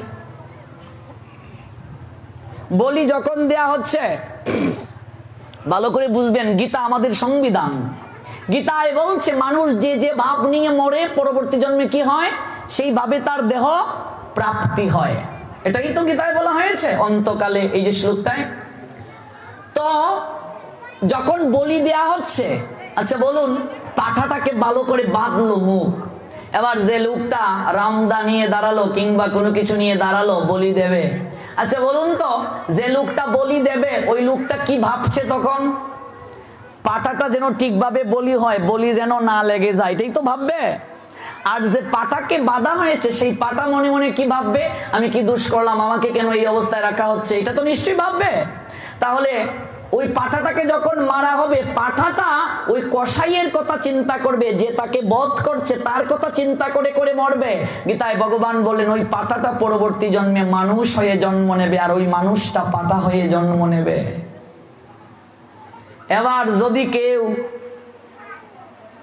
রামদানিয়া দাঁড়াইয়া থাকো অতীতে বলির সময়, আর দাঁড়াইবাইনি, ইচ্ছা থাকলে পাঠা হওয়ার দ্বারাও কোনো কমেন্ট নাই।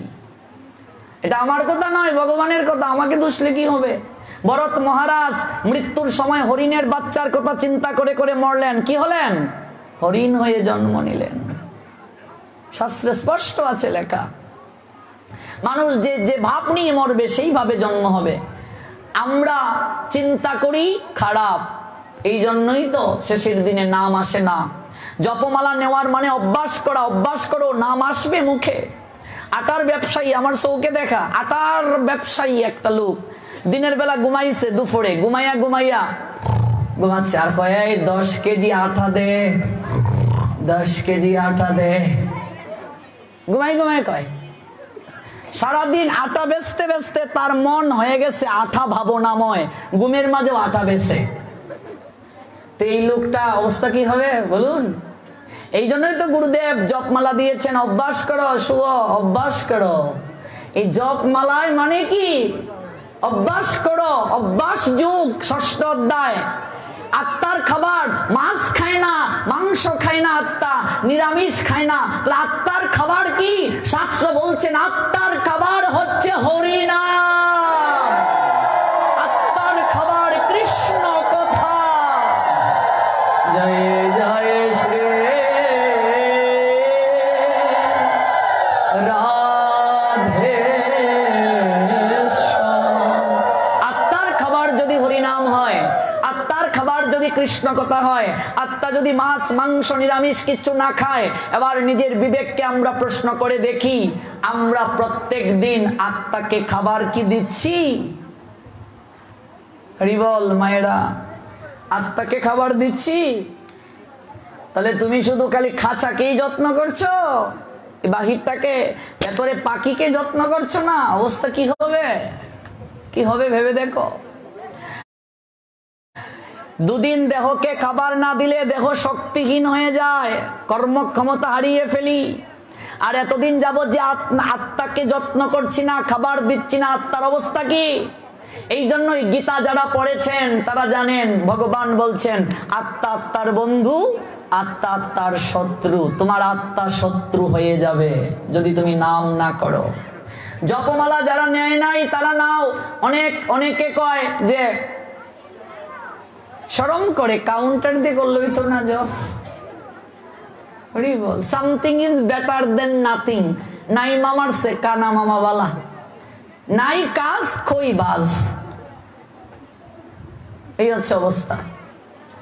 জপমালা নেব, এটা লজ্জা কিসের? এটা কিসের লজ্জা? হরি নাম প্রথমে করতে হবে। ঘুম থেকে উঠে আগে আত্মার খাবার দাও। অন্তত দুমালা জপ করতে 15 মিনিট সময় লাগে, 216 বার।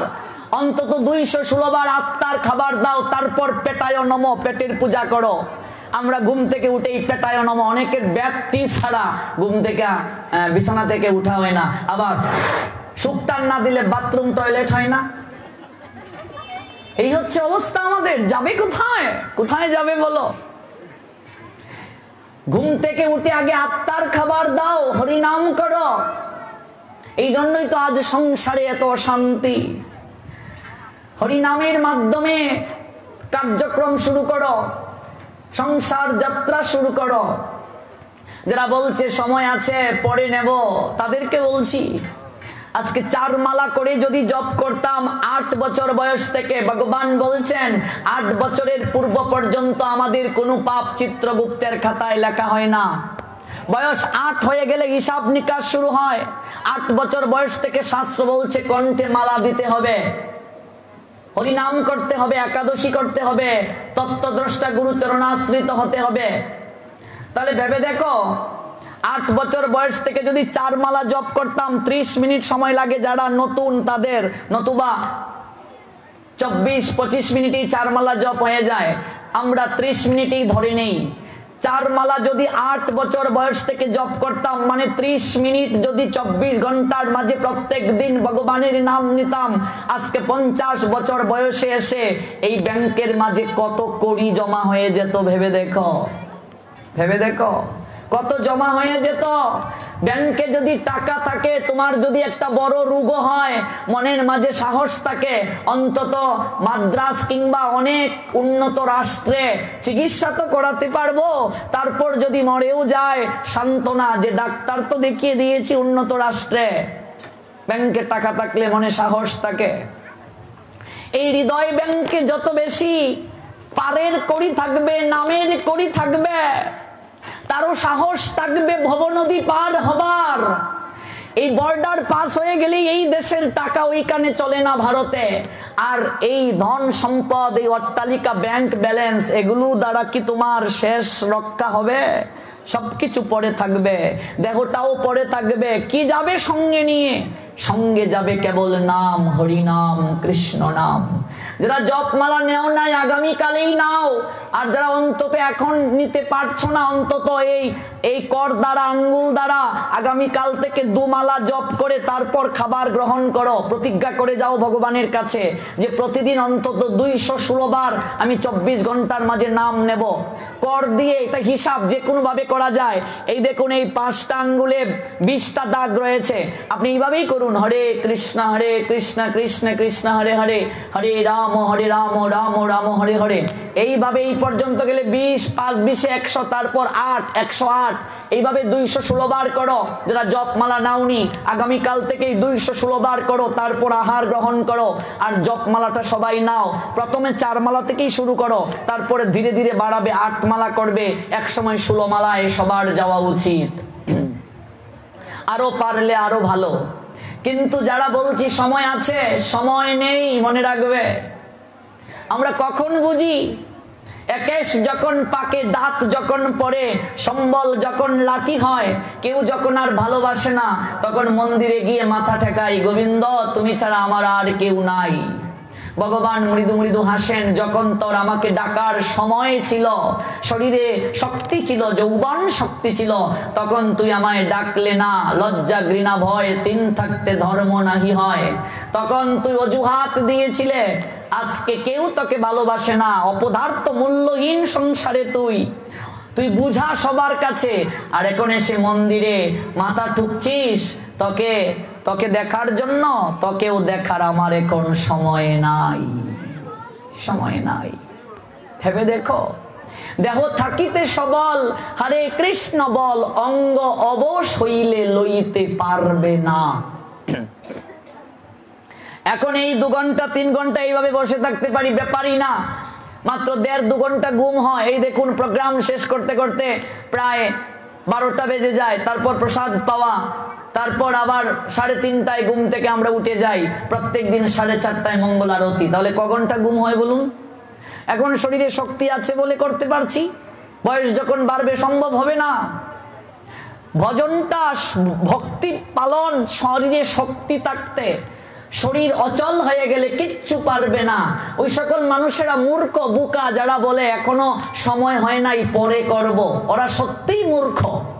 একটু একটু করেই করো, অল্প বয়স থেকে একটু একটু করে করো। প্রহ্লাদ মহারাজ বললেন কৌমার কাল হচ্ছে ভগবানকে ডাকার উৎকৃষ্ট সময়। আর আমরা ভগবানকে ডাকার সময় চাকরিজীবী যারা মনে করি একটু অবসর হয়ে নেই, রিটায়ার্ড হয়ে যাব, 59 বছর বয়সে সরকার চাকরি থেকে অবসর দিয়ে দেয়, তারপর আমরা একটু ভগবানকে ডাকবো।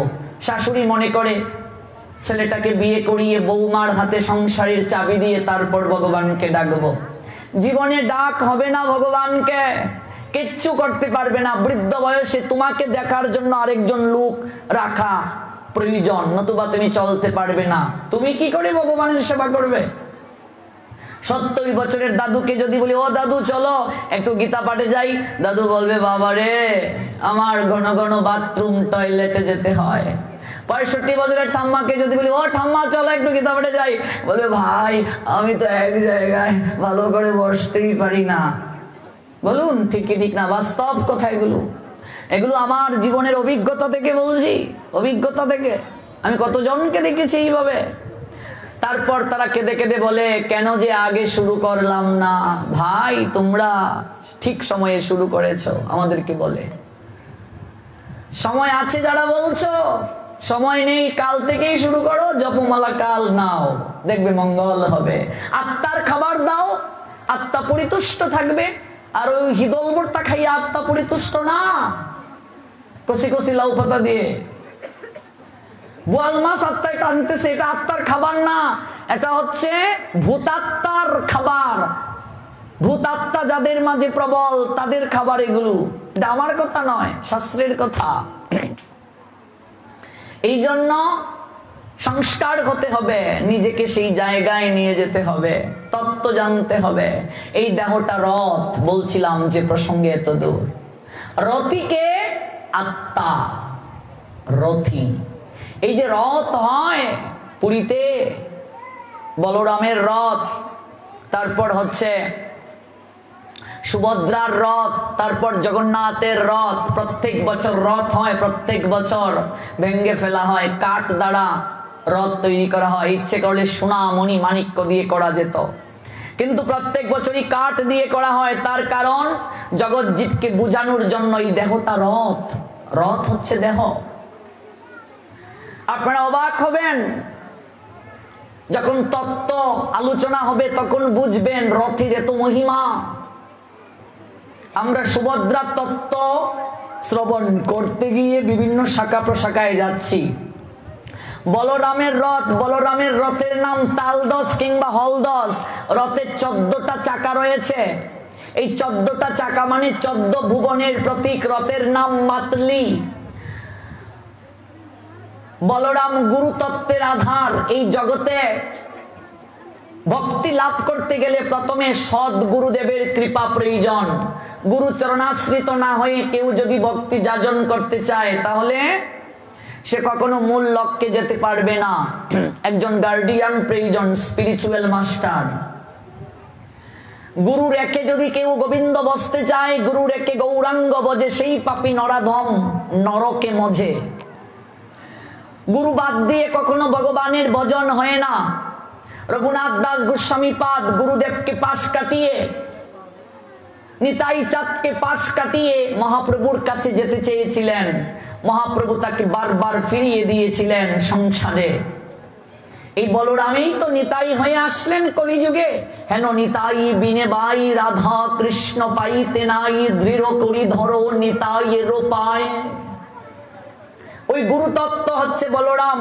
14টা চাকা, 14 চাকা মানে 14টা ভুবন। যারা ভাগবত পড়েছেন 14 ভুবনের ব্যাখ্যা 14 ঘন্টাতেও শেষ হবে না, আমরা যাচ্ছি না ব্যাখ্যায়। সেই রথের সারথীর নাম মাতলি, মেতে থাকা। গুরুদেব আমার কর্ণমূলে বীজ বপন করে দেবে, ভক্তির বীজ। মাতলি মানে মাতিয়ে রাখা, ভক্তির বীজ। এরপরই সুভদ্রা। সুভদ্রা হচ্ছে যুগমায়ার তত্ত্ব। আমরা যে সুভদ্রা থেকে এত দূর গেলাম, সেই সুভদ্রা যুগমায়া। আমরা জাগতিক পরিচয়ে বা লীলার প্রাথমিক সোপানের পরিচয়ে আমরা কৃষ্ণ বলরামের ভগিনী সুভদ্রাকে পাই, কিন্তু তত্ত্বগত দিক থেকে সুভদ্রা হচ্ছে যুগমায়া তত্ত্ব। ভগবান গীতাতে বলছেন, আমি যখন জগতে লীলায় আসি তখন আমি যুগমায়াকে আশ্রয় করে লীলা বিলাস করি। যুগমায়ার দ্বারা ভগবান লীলা করেন। ন অয়ম প্রকাশ যুগমায়া সমাবৃতা। আমি সবার কাছে প্রকাশিত হই না, নিজেকে যুগমায়ার দ্বারা আবৃত রাখি। যুগমায়া হচ্ছে ভগবানের অন্তরঙ্গা শক্তি, আর ভগবানের বহিরঙ্গা শক্তি হচ্ছে মহামায়া। 3 বার বছরে দুর্গা পূজা হয়। শরতে শারদিয়া, বসন্তে বাসন্তী, আর কার্তিকে কাত্তায়নী। ওই কাত্তায়নী মা হচ্ছে যুগমায়া, দুর্গার যুগমায়া রূপ। আর মহামায়া হচ্ছে শরতে শারদিয়া আর বসন্তে বাসন্তী। এই যুগমায়াকে কেন্দ্র করে ভগবান লীলা করেন। এই যুগমায়ার মাধ্যমেই ভগবান প্রহরীদেরকে ঘুম পাড়িয়ে রেখেছিলেন। ওই যুগমায়াই শ্রীগাল হয়ে যমুনা পাড়ি দিয়ে বসুদেবকে পথ দেখিয়েছিল, যমুনায় বেশি জল নেই। এই যুগমায়াই এসেছিলেন নন্দ মহারাজের গৃহে, তারপর অষ্টভুজা যুগমায়াকে কুলে করে নিয়ে আসলেন বসুদেব, কংসের কোলে দিলেন। কংস আছাড় মারল। যুগমায়া ভবিষ্যৎবাণী করে গিয়েছিলেন, তোমাকে বধিবে যে গোকুলে বাড়ি শেষে। এই সেই যুগমায়া। ওই যুগমায়ার তত্ত্ব হচ্ছে সুভদ্রা, তাকে ভক্তি জননী বলা হয়। মাঝখানে কৃষ্ণ বলরামের মাঝখানে। তাহলে মাঝখানে কেন ভাইদের? অনেক তত্ত্ব, এগুলো কত ব্যাখ্যা করতাম বলেন, একটা বললেই তো অনেক সময় লেগে যায়। আসলে সেই সুভদ্রাকে দাগি রাখা হয়েছিল, পাহারাদার। কিসের পাহারাদার? ওই দ্বারকায় যখন ভগবান লীলা করছিলেন তখন কৃষ্ণের প্রধান মহিষী যারা রুক্মিণী, সত্যভামা, জাম্বুবতী, ওরা দেখছেন আমরা আমাদের প্রাণনাথকে এত সেবা করছি, এত সেবার পরও আমাদের প্রাণনাথ রাধে রাধে বলে চিৎকার করে উঠে ঘুমের ঘোরে। কে সেই রাধে গো? একটিবার জানতে হবে। আমরা এত ভালোবাসা দিয়েও তাকে আমাদের নামটা মুখে উচ্চারিত হতে ঘুমের ঘুরে দেখি নাই। ঘুমের ঘুরে রাধে রাধে রাধে বলে প্রলাপ বকেন, কে সেই রাধা রানী? একটিবার যদি তার সম্পর্কে জানতে পারতাম। তাই সেই মহিষীগণ রোহিণী মায়ের কাছে গিয়েছিলেন, বলরামের জননীর কাছে। রোহিণী মা বললেন, দেখো পুত্র বধূগণ, এই রাধা তত্ত্ব বলতে গেলে বৃন্দাবনের কথা বলতে হয়, কিন্তু বৃন্দাবনের কথা সব জায়গায় তো বলার কথা শাস্ত্র অনুমোদন করে নাই। মরমী ভক্তদের কাছে বলার কথা বলছেন। বৃন্দাবনের প্রতি আমার কৃষ্ণ বলরামের দুর্বলতা রয়েছে। ওরা যদি শুনে বৃন্দাবনের কথা বলছে, ওরা স্মৃতিতে এটা আচরণে এনে ওরা বিমর্ষিত হবে, ওরা বৃন্দাবনে যাবার জন্য পাগল হয়ে উঠবে। তাহলে একদিন সেই তত্ত্ব আমাদেরকে আস্বাদন করান মা। অনুনয় করছে বধূ রুক্মিণী, সত্যভামা, জাম্বুবতী। ওরা কৃষ্ণ বলরাম যেদিন ঘরে থাকবে না সেদিন তোমাদেরকে সেই তত্ত্ব বলবো।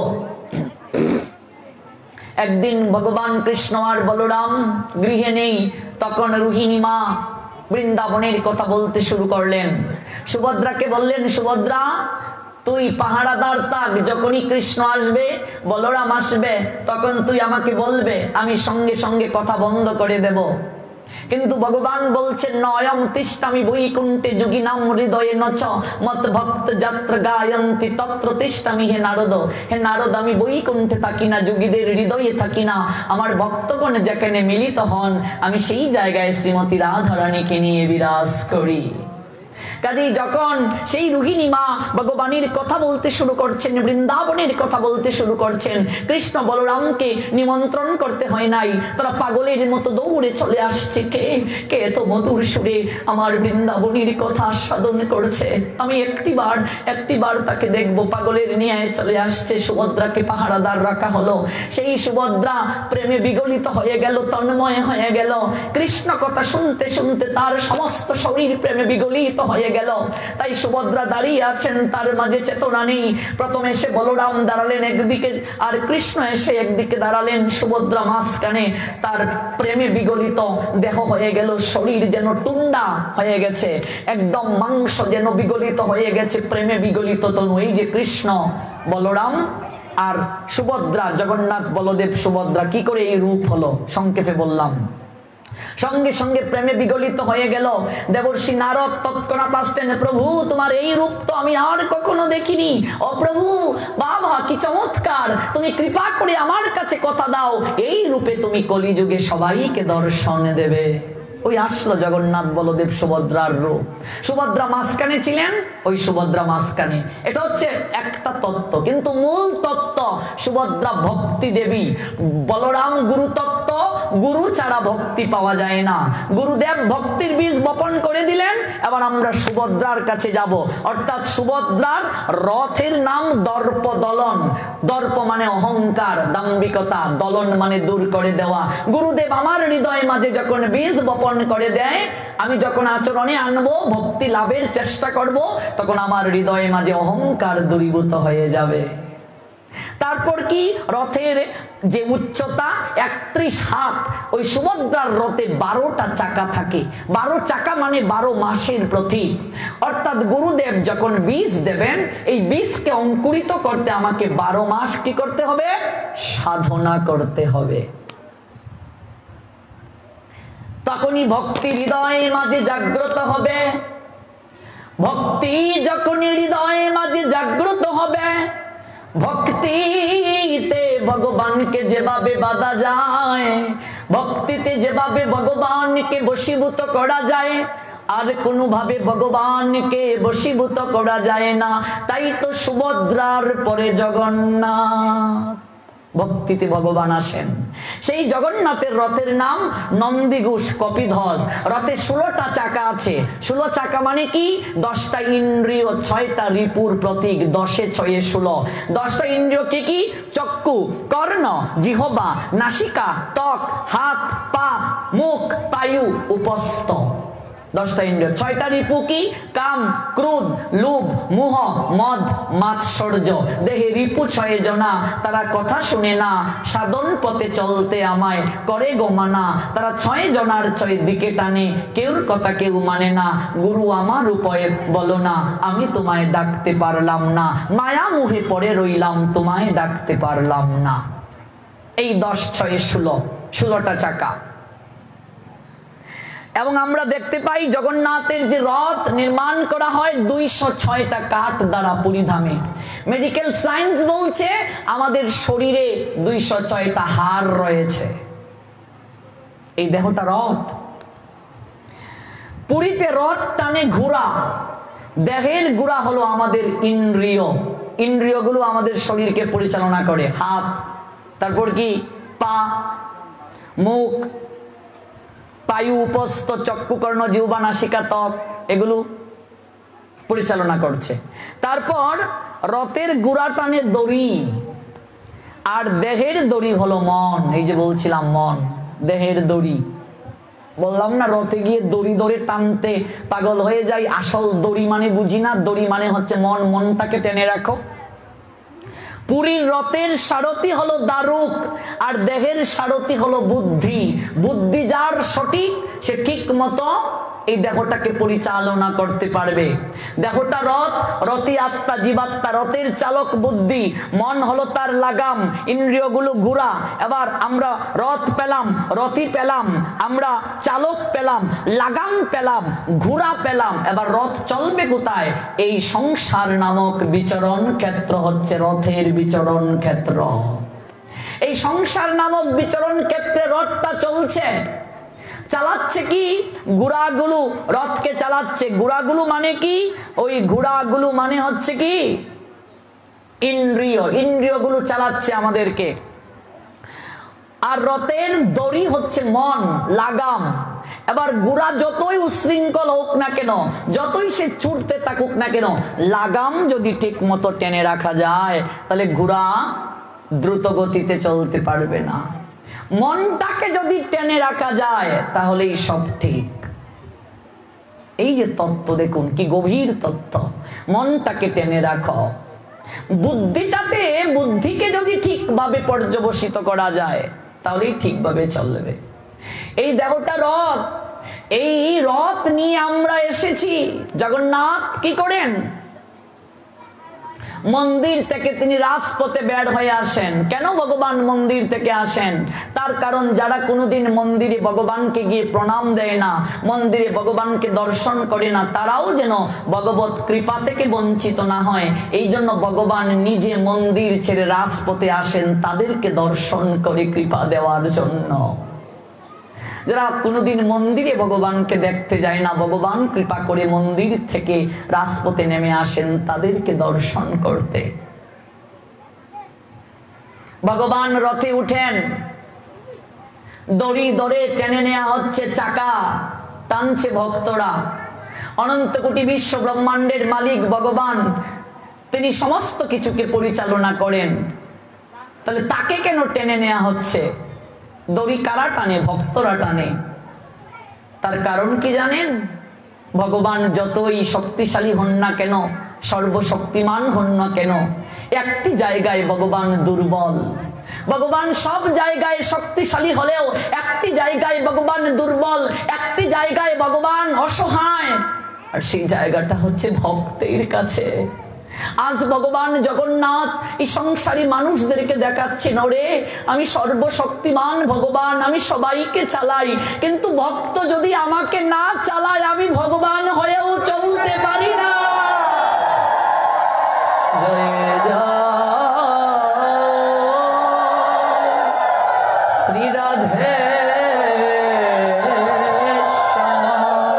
কি সুন্দর তত্ত্ব দেখো, কি গভীর তত্ত্ব।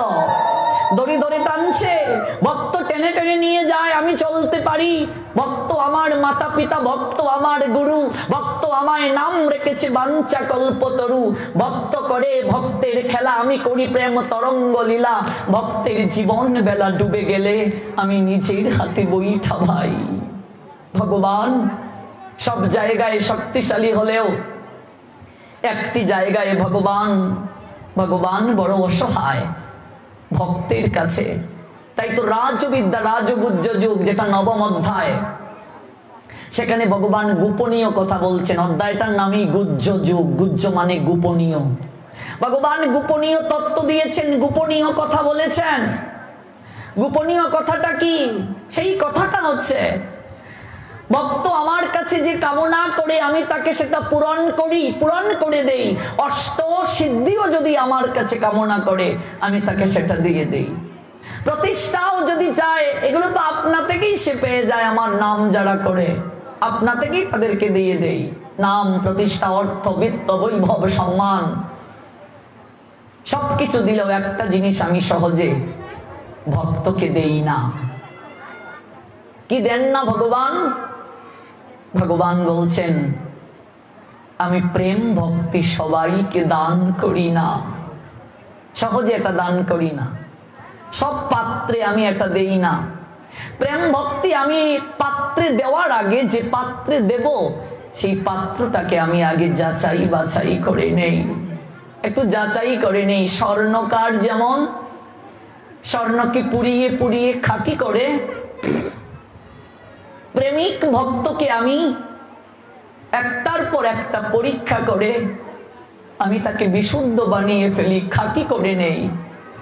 তার কারণ কি জানো?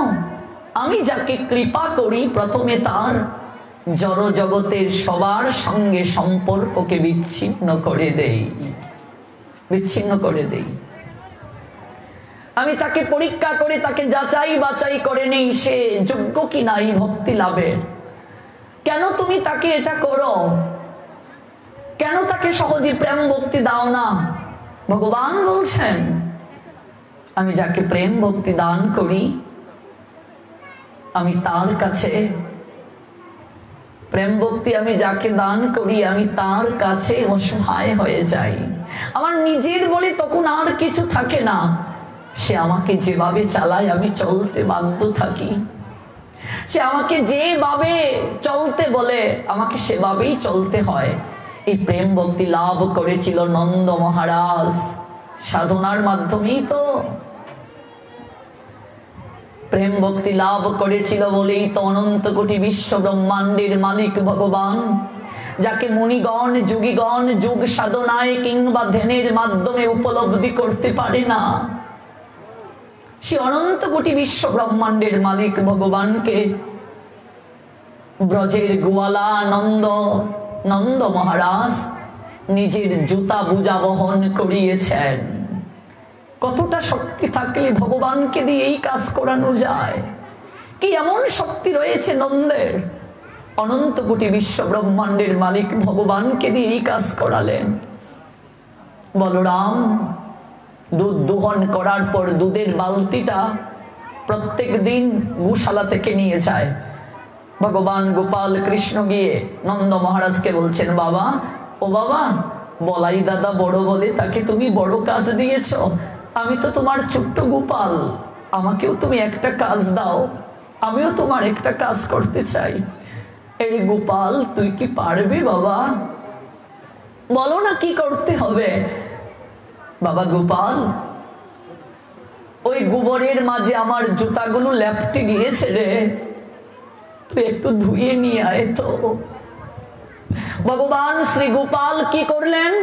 ভগবান শ্রী গোপাল ওই গোবর থেকে জুতাগুলোকে তুলে জল দ্বারা ভালো করে ধৌত করে একটা জুতো বগলের মাঝে আরেকটা জুতো মাথায় করে এনে নন্দ মহারাজের কাছে এসে বলছে, বাবা, ও বাবা, এই নাও তোমার জুতা, এই নাও।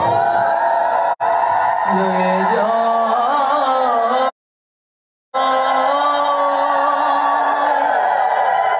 শ্রী রাধে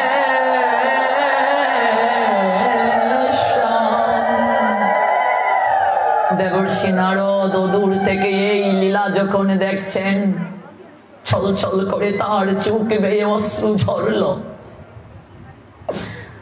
তোমার নাম শুনলে মহাকাল দ্রুত গতিতে ভয়ে পালায়ন করে। আমরা দেবতারাও তোমার দর্শন পর্যন্ত সহজে পাই না। আর ওই ব্রজের গোয়ালার এমন কি শক্তি আছে যে তোমাকে দিয়ে জুতা বুজা বহন করায়? এমন কি শক্তি আছে তার, তুমি তার গৃহে জুতা বহন করো? এমন কি শক্তি আছে? ভগবান যেন বুঝিয়ে দিলেন, ওরে, এটা প্রেমের শক্তি রে, এটা ভক্তির শক্তি, এটাই প্রেমের শক্তি। আমি সব জায়গায় সবল, কিন্তু ভক্তের কাছে আমি দুর্বল। আমি সব জায়গায় শক্তিশালী, পরাক্রম রয়েছে, কিন্তু ভক্তের কাছে গিয়ে আমার নিজের বলে আর কিছু থাকে না। ভক্ত আমাকে যেভাবে চালায় আমি সেভাবেই চলি। প্রেম ভক্তির কাঙ্গাল আমি। দেখবে এই যে আসনে গোপাল এমন করে হাত পেতে আছে, তাই তো? হাত পেতে কেন আছে মা?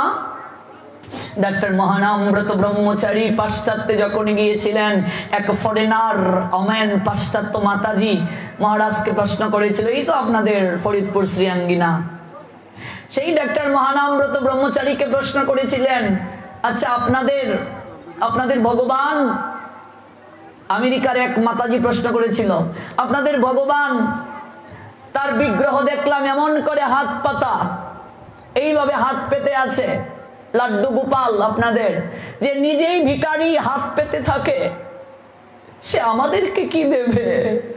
গোপাল এমন করে হাত পেতে থাকে, যে নিজেই ভিখারি, যে নিজেই হাত পেতে থাকে, আমাদেরকে কি দেবে? তার নাম যে ডাকবো আমরা।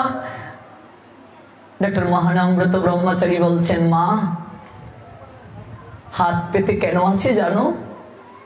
ভগবান বিশ্ব ব্রহ্মাণ্ডের মালিক, ঐশ্বর্যের অধিকারী, সবকিছু তার আছে, কিন্তু এক জায়গায় তিনি বড় কাঙ্গাল। কোন জায়গায় জানো মা? ভক্তের কাছে। ওই হাত পেতে ভগবান ভক্তের কাছে প্রেম ভিক্ষা চাইছে, ভক্তি ভিক্ষা চাইছে। তাই তো এমন করে হাত পেতে আছে, আর সংসারী জীবদেরকে বলছে, আমি প্রেম ভিক্ষা চাই তোমার কাছে, ভক্তি ভিক্ষা চাই। ভেবে দেখো মা, এই ভগবানকে কতটা ভালোবাসা দিতে পারলাম আমরা, এই ভগবানকে কতটা হৃদয়ে স্থাপন করতে পারলাম। এই ভগবানকে আজ তো পরিবারের একজন সদস্য ভাবতে পারলাম না ভগবানকে। বৃন্দাবনের এক বাবাজি ছোট্ট একটা বালককে জিজ্ঞাসা করেছিলেন বৃন্দাবনে, যারা বৃন্দাবন গিয়েছেন দেখবেন বৃন্দাবনের ছোট্ট ছোট ছেলেদেরকে লালা বলে ডাকা হয়। লালা মানে কৃষ্ণের একটা নাম। হ্যাঁ লালা, তোদের পরিবারের সদস্য কজন রে? ছোট্ট ছেলেটা বলছে, আমাদের পরিবারের সদস্য সংখ্যা আমার মা, আমার বাবা, আমি, আমার বড় ভাই আর আমার একটা বোন, 5 জন। লালা চল না তোদের একটু গৃহে যাব। মহারাজকে নিয়ে ছোট্ট লালা অঙ্গুলি ধরে বাড়িতে নিয়ে আসলো। মা বাবাকে পরিচয় করিয়ে দিচ্ছে, মা বাবা দণ্ডবোধ প্রণাম দিয়েছেন, সাধু গৃহে এসেছেন। কথার প্রসঙ্গে একবার সেই মহারাজ লালার বাবাকে প্রশ্ন করেছে, আচ্ছা মশাই, আপনার ঘরের সদস্য কজন?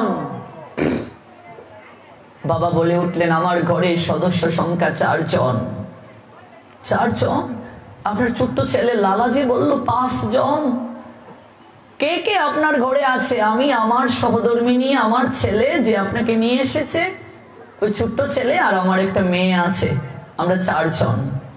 এবার ছোট্ট ছেলেটাকে মহারাজ প্রশ্ন করলেন, আচ্ছা লালা, তুই না বললি তোর আরেকটা বড় ভাই আছে, কোথায় রে?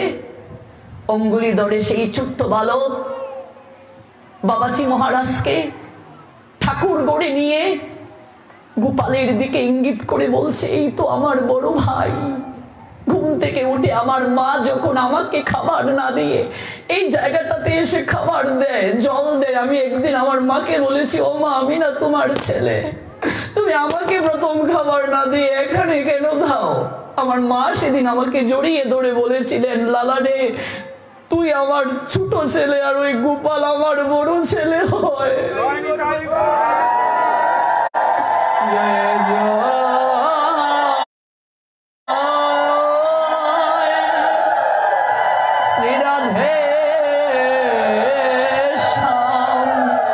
তুই আমার যেমন ছেলে ও আমার ছেলে হয়, তুই আমার ছোট ছেলে আমার বড় ছেলে হয়। বাবা, তোর তো ক্ষুধা লাগলে তুই আমায় বলতে পারিস, ও মা আমাকে খাবার দাও। তোর তো তৃষ্ণা লাগলে তুই বলতে পারিস, ও মা আমার জল পিপাসা পেয়েছে। আমার ওই ছেলেটা বোবা, কথা বলতে পারে না রে। আর যে ছেলেটা মায়ের কাছে কোনো আবদার করতে পারে না, মায়ের সেই ছেলেটার প্রতি সবচেয়ে বেশি নজর থাকে। আজ থেকে আমি তোকে বলছি লালা, তুই যে জায়গায় যাবে তোর ওই দাদাকে প্রণাম করে যাবে, জীবনে কোনোদিন তোর কোনো বিপদ হবে না, কোনোদিন তোর অঘটন হবে না। মহারাজ, আপনি বলেন, আমার মা কি মিথ্যে কথা বলেছে আমায়? আমার মা কি আমায় মিথ্যে বলেছে? সঙ্গে সঙ্গে সেই বাবাজি মহারাজ ছোট্ট লালাকে কুলে নিয়ে বলছেন, বাবা রে, তুই আমার বয়সে ছোট হতে পারিস, কিন্তু তোর অনুভব আর ভালোবাসায় তুই আমার চেয়ে অনেক বড়। তাই আমি আজ বয়সে তোর বড় হতে পারি, কিন্তু তোকে বৈষ্ণব জ্ঞানে একটা প্রণাম দিতে চাই। তুই আমাকে বল, আমিও যেন তোর মতো এমন সরল হয়ে ভালোবাসতে পারি, ভগবানকে ভক্তি নিবেদন করতে পারি। আমিও যেন এমন করে ভালোবাসতে পারি, এমন করে ভক্তি নিবেদন করতে পারি। এই হলো অনুভব, এই হলো ভক্তি, এই হলো প্রীতি। এই প্রীতি যদি হৃদয়ে জাগ্রত না হয়, এই ভক্তি যদি হৃদয়ে জাগ্রত না হয়, পাণ্ডিত্য দ্বারা স্রষ্টাকে অনুভব করা যায় না। অনন্ত কোটি বিশ্ব ব্রহ্মাণ্ডের মালিক যিনি, তাকে আমার এই অল্প পাণ্ডিত্য দ্বারা আমি কি করে তাকে জানবো? বৃহৎ ভগবান ক্ষুদ্র হয়ে যান ভক্তের কাছে, ভক্তের সাধনার কাছে, ভক্তের ভক্তির কাছে, ভক্তের প্রেমের কাছে, প্রীতির কাছে বৃহৎ ভগবান ক্ষুদ্র হয়ে যান। তাই তো যশোমতী মায়ের হাতে লাঠি দেখে ছোট্ট গোপাল ভগবান আমার, যিনি সর্বশক্তিমান, যার নাম শুনলে অসুরেরা থরথর করে কাঁপে, মায়ের হাতে সামান্য একটা লাঠি দেখে সেই গোপাল থরথর করে কেঁপে বলছে, ভয় পেয়ে বলছে, ও মা, মা, এবারের মতো তুমি আমায় ছেড়ে দাও না মা, আমি আর কোনোদিন ননি চুরি করবো না। অসুরেরা যাকে দেখলে, যার নাম শুনলে ভয় পায়, মায়ের হাতে সামান্য একটা লাঠি দেখে সেই ভগবান ভয়ে থরথর করে কাঁপছেন। মা বলছেন অনেক তোর জ্বালাতন সহ্য করেছি, অনেক নালিশ করেছে সবাই, কান ধরে উঠ বস কর। দুটি কান ধরে একবার উঠে আর একবার বসে আর অনুনয় করে বলে, এবারের মতো আমায় ক্ষমা করা যায় না মা? কিসের শক্তি গো? এটাই ভক্তির শক্তি। আমাদের ভগবানকে ডাকার শাস্ত্রীয় জ্ঞান পাণ্ডিত্য কিচ্ছুটি নেই। এই কলিযুগের মানুষের আয়ু কম, বুদ্ধি কম, সবকিছু কম। কেবল যদি হৃদয়ের প্রেম আর এই চুকের জলটা তার চরণে দেওয়া যায়, দেখবে পার ঘাটা এই বংশীধারী কৃষ্ণই খেয়াঘাটের মাঝি হয়ে আসবে।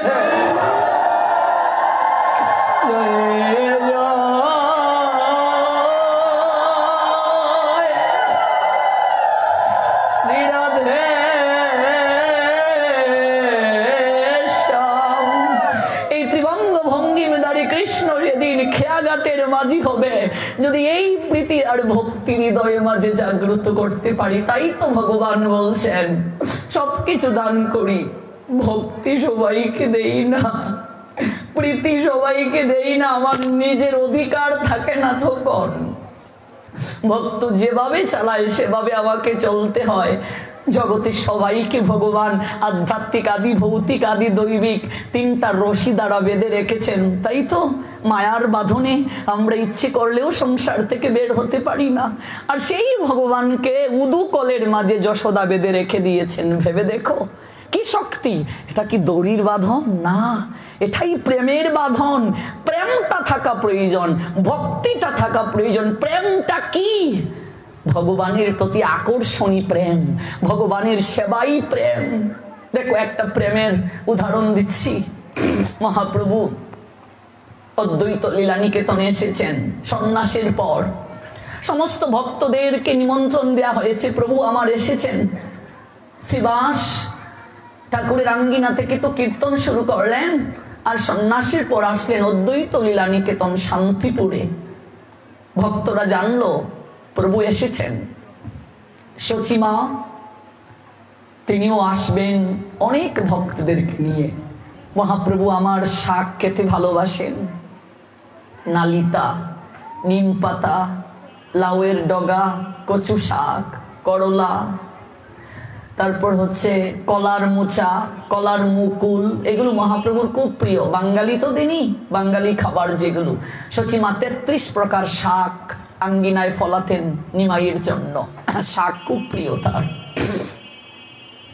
মিষ্টি লাউ খুব প্রিয়। মিষ্টি লাউ ছাড়া, লাবড়া ছাড়া তো বৈষ্ণব সেবাই হবে না, প্রভুর ভোগ রাগ হবে না।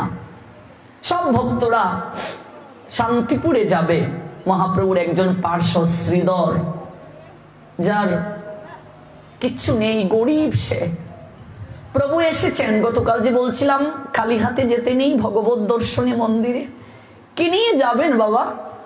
কিচ্ছু নেই তার। সহধর্মিনীকে ডাকলেন, ওগো তুমি কি শুনেছ? মহাপ্রভু এসেছেন শান্তিপুরে। প্রাণ বড় টানছে আমার, প্রাণ উগাড়িয়া তাকে দর্শন করতে যেতে মন চাইছে। কি নিয়ে যাব? কত ভক্ত প্রভুর অগণিত, কত জন কত কিছু নিয়ে যাবে, আমি কাঙ্গাল। শ্রীধরের স্ত্রী বলে উঠলেন, ওগো কেন তুমি চিন্তা করছো আর নিজেকে কাঙ্গাল বলে তুমি ছোট ভাবছো? তুমি না বলো তোমার মহাপ্রভু কাঙ্গালের ঠাকুর হয়। তুমি না বলো কাঙ্গাল না হলে তিনি কাউকে কৃপা করেন না। তাহলে কেন নিজেকে কাঙ্গাল বলে তুমি ছোট করছো? তোমার তো আরো হৃদয়ের মাঝে খুশি হওয়া প্রয়োজন। আমি কাঙ্গাল সাজতে পেরেছি। কাঙ্গাল না হলে কাঙ্গালের ঠাকুরের কৃপা পাওয়া যায় না। হঠাৎ শ্রীধরের নজর পড়লো তার নিজের হাতে লাগানো আঙ্গিনাতে লাউ গাছের মাঝে একটা মিষ্টি লাউ এসেছে। মা প্রথম গাছে লাউ।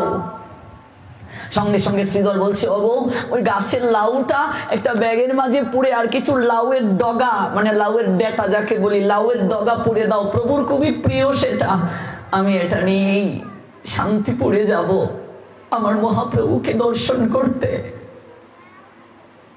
আমার মনে মনে রাস্তায় ভাবছেন, এত ভক্তির বীরে আমার কয়েকটা লাউয়ের ডগা আর একটা লাউ, সেটা কি প্রভুর ভুগে লাগবে?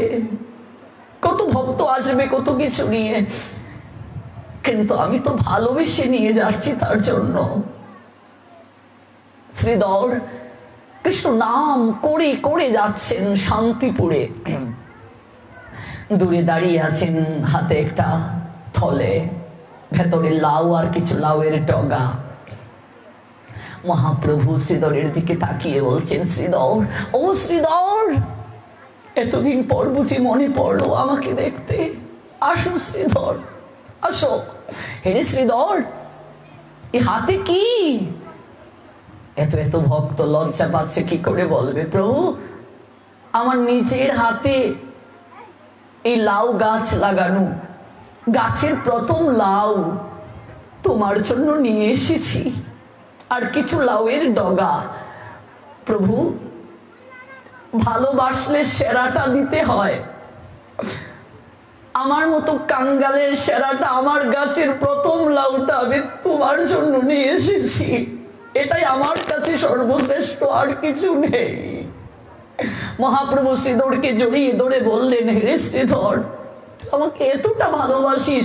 মানুষ গাছের প্রথম লাউটা তার সন্তানের জন্য রাখে, গাছের প্রথম লেবুটা তার সন্তানের জন্য রাখে, গাছের প্রথম কাঁঠালটা মেয়ের বাড়ি পাঠায়, আর গাছের প্রথম লাউটা তুই আমার জন্য নিয়ে এসেছিস।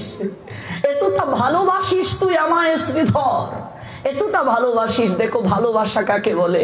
ও মা, তোমার গাছের প্রথম কাঁঠালটা তোমার মেয়ের বাড়ি পাঠাও, গাছের প্রথম লেবুটা ছেলে হোস্টেলে থাকে, বাড়ি আসলে তাকে দেবে, ওই লেবুটাই ভগবানকে দিয়ে প্রসাদ দাও না তোমার ছেলেকে।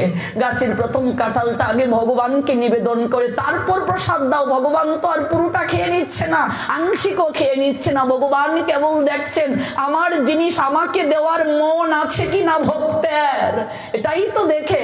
শ্রীধর গাছের প্রথম লাউ আমার জন্য নিয়ে এসেছো তুমি।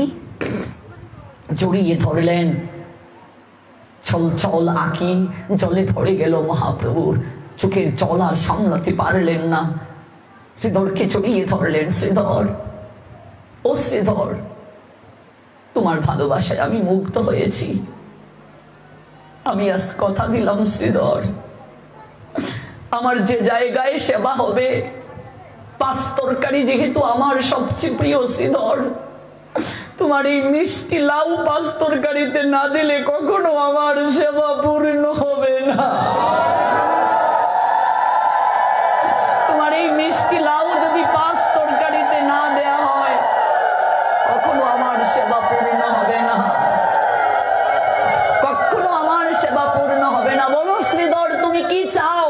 ওই বিষ্ণুকুট্টায় যখন মহাপ্রভু মহাপ্রকাশ লীলা করেছিলেন, সেই দিনও শ্রীধরকে ডেকে বলেছিলেন, কি চাও শ্রীধর? শ্রীধর প্রথমে মা গঙ্গার উপাসক ছিলেন, মা গঙ্গার ভক্ত ছিলেন, মা গঙ্গার কৃপায় তিনি পরবর্তীতে কৃষ্ণ ভক্ত হয়েছিলেন।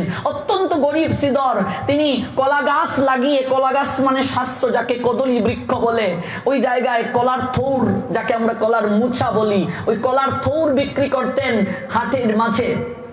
মহাপ্রভু তখন ছোট, তখন তিনি শচী এবং জগন্নাথ মিশ্রের নিমাই তনু, ছোট্ট বালক। তখন তিনি বাজারে যেতেন, গিয়ে শ্রীধরকে বলতেন, শ্রীধর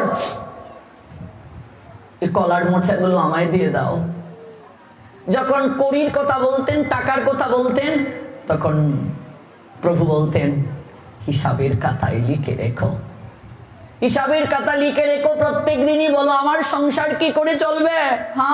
হিসাবের খাতায় লিখে রাখতে যে বলো, ওরে একদিন সুদে আসলে মিটিয়ে দেব রে, মিটিয়ে দেব। বিষ্ণুকুট্টায় যখন শ্রীধরকে ডাকা হলো, শিবাসাঙ্গিনায় যখন মহাপ্রকাশ প্রভু দেখিয়েছিলেন, কি চাও শ্রীধর আমার কাছে? আমি কিচ্ছু চাই না প্রভু, কি চাও বলো। যদি দিতেই হয়, যে ব্রাহ্মণের ছেলে আমার হাত থেকে জোর করে কলার মোচা কেড়ে নিত, প্রভু সেই জগন্নাথের মিশ্র নিমাই যেন প্রত্যেক জনমে জনমে আমার প্রভু হতে পারে, আমি যেন এমন করেই তার সেবা করতে পারি। আর সেই তিনি আমায় বলেছিলেন, হিসাবের খাতায় লিখে রাখছি, একদিন হিসাব মিটিয়ে দেব। প্রভু শুনেছি এই জগৎ থেকে প্রত্যেকটা মানুষকে নাকি গিয়ে ভব নদীর পার ঘাটে দাঁড়িয়ে থাকতে হয়। সেই দিন নাকি কড়ি ছাড়া কাউকে এই নৌকায় তোলা হয় না। ওই যে হিসাবের খাতায় লিখে রাখা হয়েছিল, আজ আমি সেই মিনতি করছি, আমার যদি কিচ্ছুটি সম্বল নাও থাকে, ভবের পার ঘাটে গিয়ে যদি আমি দাঁড়িয়ে থাকি, স্বয়ং সেই প্রভু যেন পার ঘাটের মাঝি হয়ে আমার আসে, আর আমি যেন সেই চরম তরিতে উঠে এই ভব নদী পার হয়ে পরম ধামে যাত্রা করতে পারি। আর কিচ্ছুটি চাই না আমি, আর কিছুই চাই না। হরি দিন তো গেল, সন্ধ্যা হলো, পার করো আমারে। শুধু বললেই পার হবে না গো। আমি আগে এসে ঘাটে রইলাম বসে, সে যে পিছে এসে আগে গেল, আমি রইলাম বসে। পার ঘাটার সম্বল যদি না থাকে, করি যদি না থাকে, ওই ঘাটে গিয়ে বসে থাকতে হবে। কেউ আগে এসেও পিছে পড়ে থাকে, আর কেউ পিছে এসেও আগে চলে যায়। যদি নামের সম্বল তাকে, নামের করি, নামের করি হচ্ছে ভবের ঘাটে পার হবার সম্বল। ওই নামকে আশ্রয় গ্রহণ করতে হবে। আর এই কৃষ্ণ নাম, হরি নামই হচ্ছে আত্মার খাবার।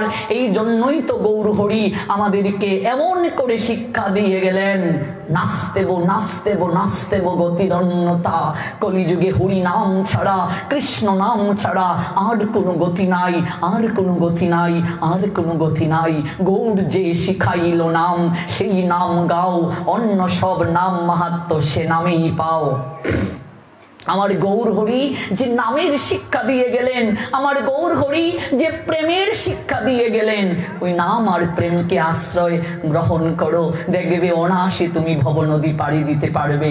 এই জন্যই তো জপমালাটা নেওয়া প্রয়োজন, এই জন্যই তো ভক্তি লাভের জন্য এগিয়ে যাওয়া প্রয়োজন। আর সেই জগন্নাথ যিনি রথে চড়েন, দড়ি দড়ি টেনে নেওয়া হচ্ছে, এই জন্যই তো ভক্তির কাছে, প্রেমে ভক্তিতে বাধা। ভক্ত না টানলে ভগবান চলতে পারেন না। তাকে টেনে টেনে কোথায় নিয়ে যাওয়া হচ্ছে? তাকে সুন্দরাচল থেকে, নীলাচল থেকে সুন্দরাচলে নিয়ে যাওয়া হচ্ছে, মাসির বাড়িতে গুন্ডিচার মন্দিরে। কে সেই গুন্ডিচা দেবী? আমরা শুনবো ধীরে ধীরে একদিন গুন্ডিচা দেবীকে। সেই জায়গায় গিয়ে মাসির বাড়িতে ভগবান জগন্নাথের নদিন ব্যাপী কত ভোগ রাগ, কত কিছু খাওয়া দাওয়া রাজভোগ হয়। আমরাও মাসির বাড়িতে বেড়াতে এসেছি এই অল্প কয়েক দিনের সংসার ক্ষেত্রে। উল্টো রথ মানে কি? ওই মাসির বাড়ি থেকে প্রত্যাগমন, সুন্দরাচল থেকে নীলাচলে ভগবান ওই জায়গায় খাবার দাবার আনন্দ ফুর্তি করে আবার রথে উঠেন নীলাচলের দিকে। ভগবান বুঝাচ্ছেন, ওরে তোরাও মাসির বাড়িতে বেড়াতে এসেছিস, জগন্নাথ উল্টো রথে চড়ে আমাদেরকে দেখিয়ে যান। যতই হাসি আনন্দে খাবার দাবারে মেতে থাকিস না কেন, এই রথটা নিয়ে তুই ওই মূল জায়গা থেকে মাসির বাড়িতে বেড়াতে এসেছিস, এই উল্টো রথে করে তোকে আবার সেই জায়গায় যেতে হবে। এই হলো উল্টো রথ। আবার তোকে সেই জায়গায় যেতে হবে। এই জন্যই মাসির বাড়ি থেকে আবার উল্টো রথে ভগবান উঠেন মূল জায়গায় যাওয়ার জন্য। সংক্ষেপে বললাম, বিস্তারিত অনেক ব্যাখ্যা। ইন্দ্রদুম্নকে, গুন্ডিচা দেবীকে, যারা ভগবান জগন্নাথের কাছে প্রার্থনা করেছিলেন আমাদের যেন কোনো সন্তান না হয়, সন্তান থাকলে এই মন্দিরের ওয়ারিশ হবে, তারা বলবে আমার মন্দির, তাই সন্তান যেন না হয়, কতটুকু ত্যাগ করেছিলেন। জগন্নাথ বলেছিলেন আমি তোমার সন্তান হব। সে অনেক ব্যাখ্যা, যাচ্ছি না আমরা সেই জায়গায়। উল্টো রথে ভগবান আসেন মূল জায়গায়। রথ থেকে যখন জগন্নাথ নেমে যান তখন কি হয়? রথের কোনো মূল্য থাকে? মূল্য থাকে না। রথটা ভেঙে দেয়া হয়ে নিলামে বিক্রি হয়ে যায়। কেউ কাঠগুলো নিয়ে উপরে সুন্দর করে সাজিয়ে রাখে। এই কাঠ দিয়ে জগন্নাথের ভোগের কি হয়? রান্না করা হয়। এই দেহ রথ থেকে আত্মা যেদিন চলে যাবে, এই দেহটার কোনো মূল্য নেই বাবা। ওই কয়েক ঘন্টার চিতার আগুনে পুড়ে ধাউ ধাউ করে জ্বলবে আর পুড়ে ছাই হয়ে যাবে। এই রথ আর এই রথ কোনো পার্থক্য নেই, কোনো পার্থক্য নেই। ওই দেহ রথ আর এই রথ কোনো পার্থক্য নেই। রথ থেকে জগন্নাথ নেমে গেলে রথের মূল্য নেই। রথটাকে ভেঙ্গে জ্বালানি রূপে জগন্নাথের প্রসাদের জন্য ব্যবহার করা হয়। ওই দেহর এক থেকে আত্মা চলে গেলে ওই দেহটাকে আগুনে পুড়িয়ে ছাই করে দেয়া হয়। এই দেহটার মূল্য নেই। দেখেছো দেখেছো কত তাৎপর্য রথযাত্রার। শুধু রথযাত্রাতেই যাই, তাৎপর্যটা বুঝি না, তত্ত্বটা বুঝি না। দেহ কলাটাকে জগন্নাথের চরণে লুটিয়ে দেওয়ার জন্য এই আয়োজন। এটাই হচ্ছে মূল তত্ত্ব।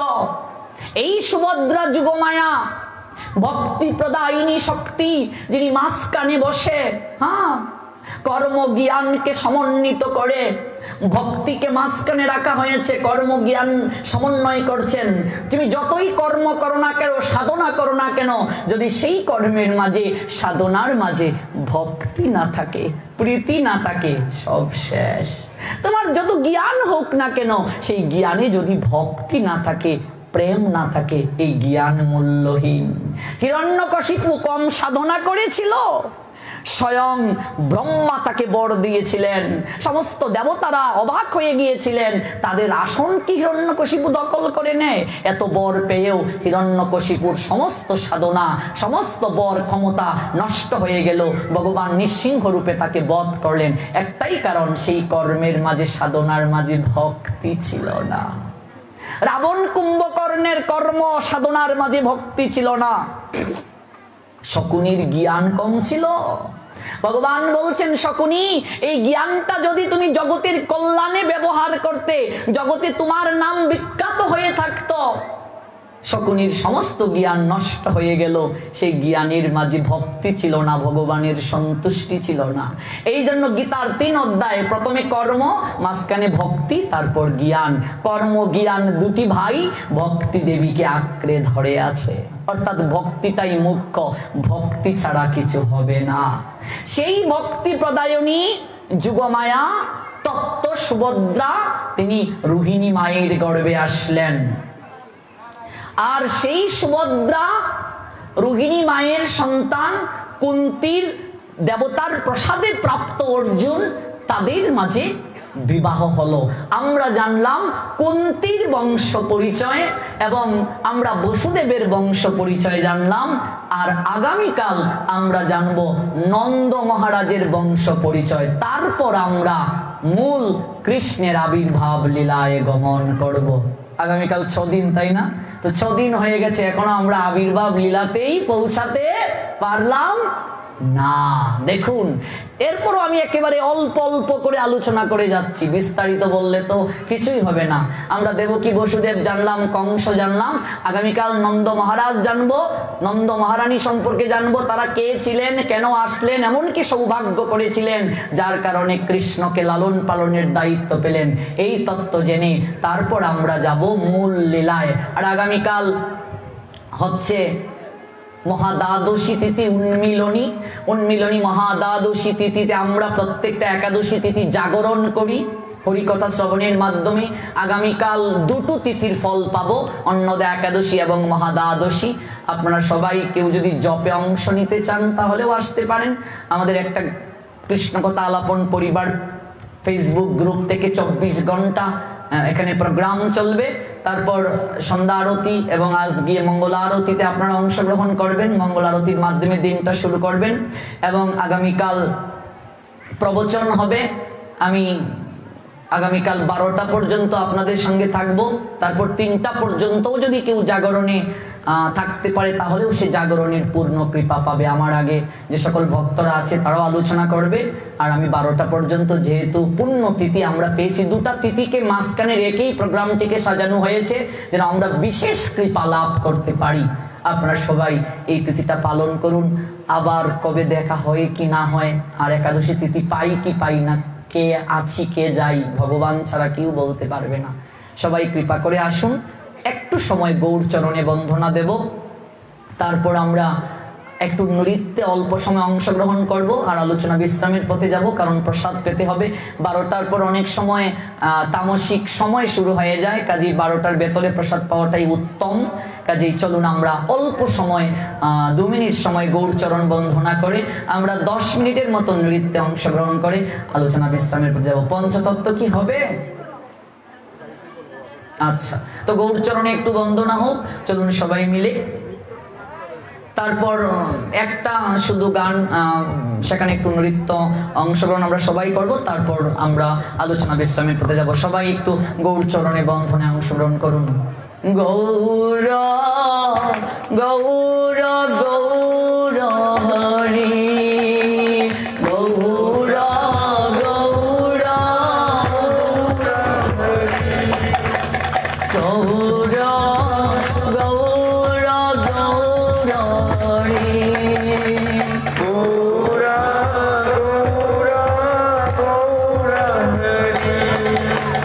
গৌর হরি আমার গৌর হরি গৌর হরি আমার গৌর হরি গৌর হরি আমার গৌর হরি গৌর হরি আমার গৌর হরি গৌর গৌর গৌর হরি গৌর গৌর গৌর হরি জয় সচি নন্দন গৌর হরি জয় সচিদানন্দ গৌর হরি জয় সচি নন্দন গৌর হরি জয় সচিদানন্দ গৌর হরি গৌর গৌর গৌর হরি গৌর গৌর গৌর হরি গৌর গৌর গৌর হরে গৌর গৌর গৌর হরি আমার সচি মায়ের নয়ন মণি গৌর হরি সচি মায়ের মণি গৌর হরি আমার সচি মায়ের নয়ন মণি গৌর হরি সচি মায়ের নয়ন মণি গৌর হরি গৌর গৌর গৌর হরে গৌর গৌর গৌর হরি আমার বিষ্ণু প্রিয়ার প্রাণ বল্লভে গৌর হরি সুপ্রিয়ার কানা ধনা গৌর হরি আমার বিষ্ণু প্রিয়ার প্রাণনাথ গৌর হরি সুপ্রিয়ার কানা নাথ গৌর হরি গৌর গৌর গৌর হরে গৌর গৌর গৌর হরি আমার সচি মায়ের প্রাণের দুলাল গৌর হরি মায়ের প্রাণের দুলাল গৌর হরি আমার সচি মায়ের প্রাণের দুলাল গৌর হরি সচি মায়ের প্রাণের দুলাল গৌর হরি গৌর গৌর নদিয়া বিহারী গৌর গৌর নদিয়া বিহারী গৌর হরি আমার গৌর হরি গৌর হরি আমার গৌর হরি ভক্তগণের নয়ন মণি গৌর হরি ভক্তগণের নয়ন মণি গৌর হরি ভক্তগণের নয়ন মণি গৌর হরি ভক্তগণের নয়ন মণি গৌর হরি জয় গৌর হরি গৌর হরি গৌর গৌর গৌর হরি জয় গৌর হরি গৌর হরি গৌর গৌর গৌর হরি জয় গৌর হরি গৌর হরি গৌর গৌর গৌর হরি জয় গৌর হরি গৌর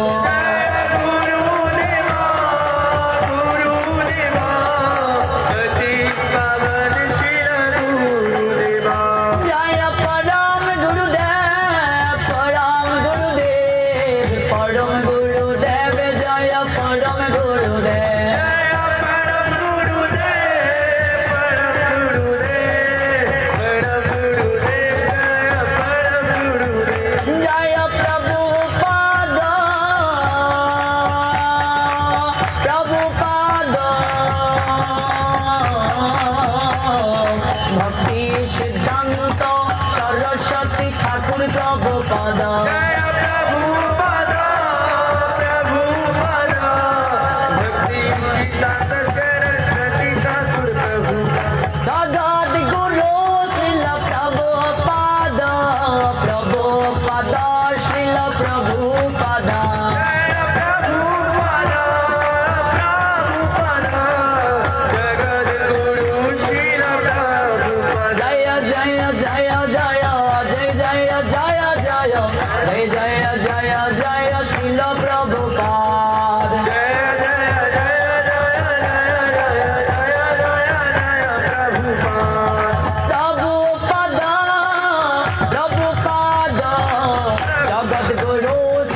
प्रभुपादा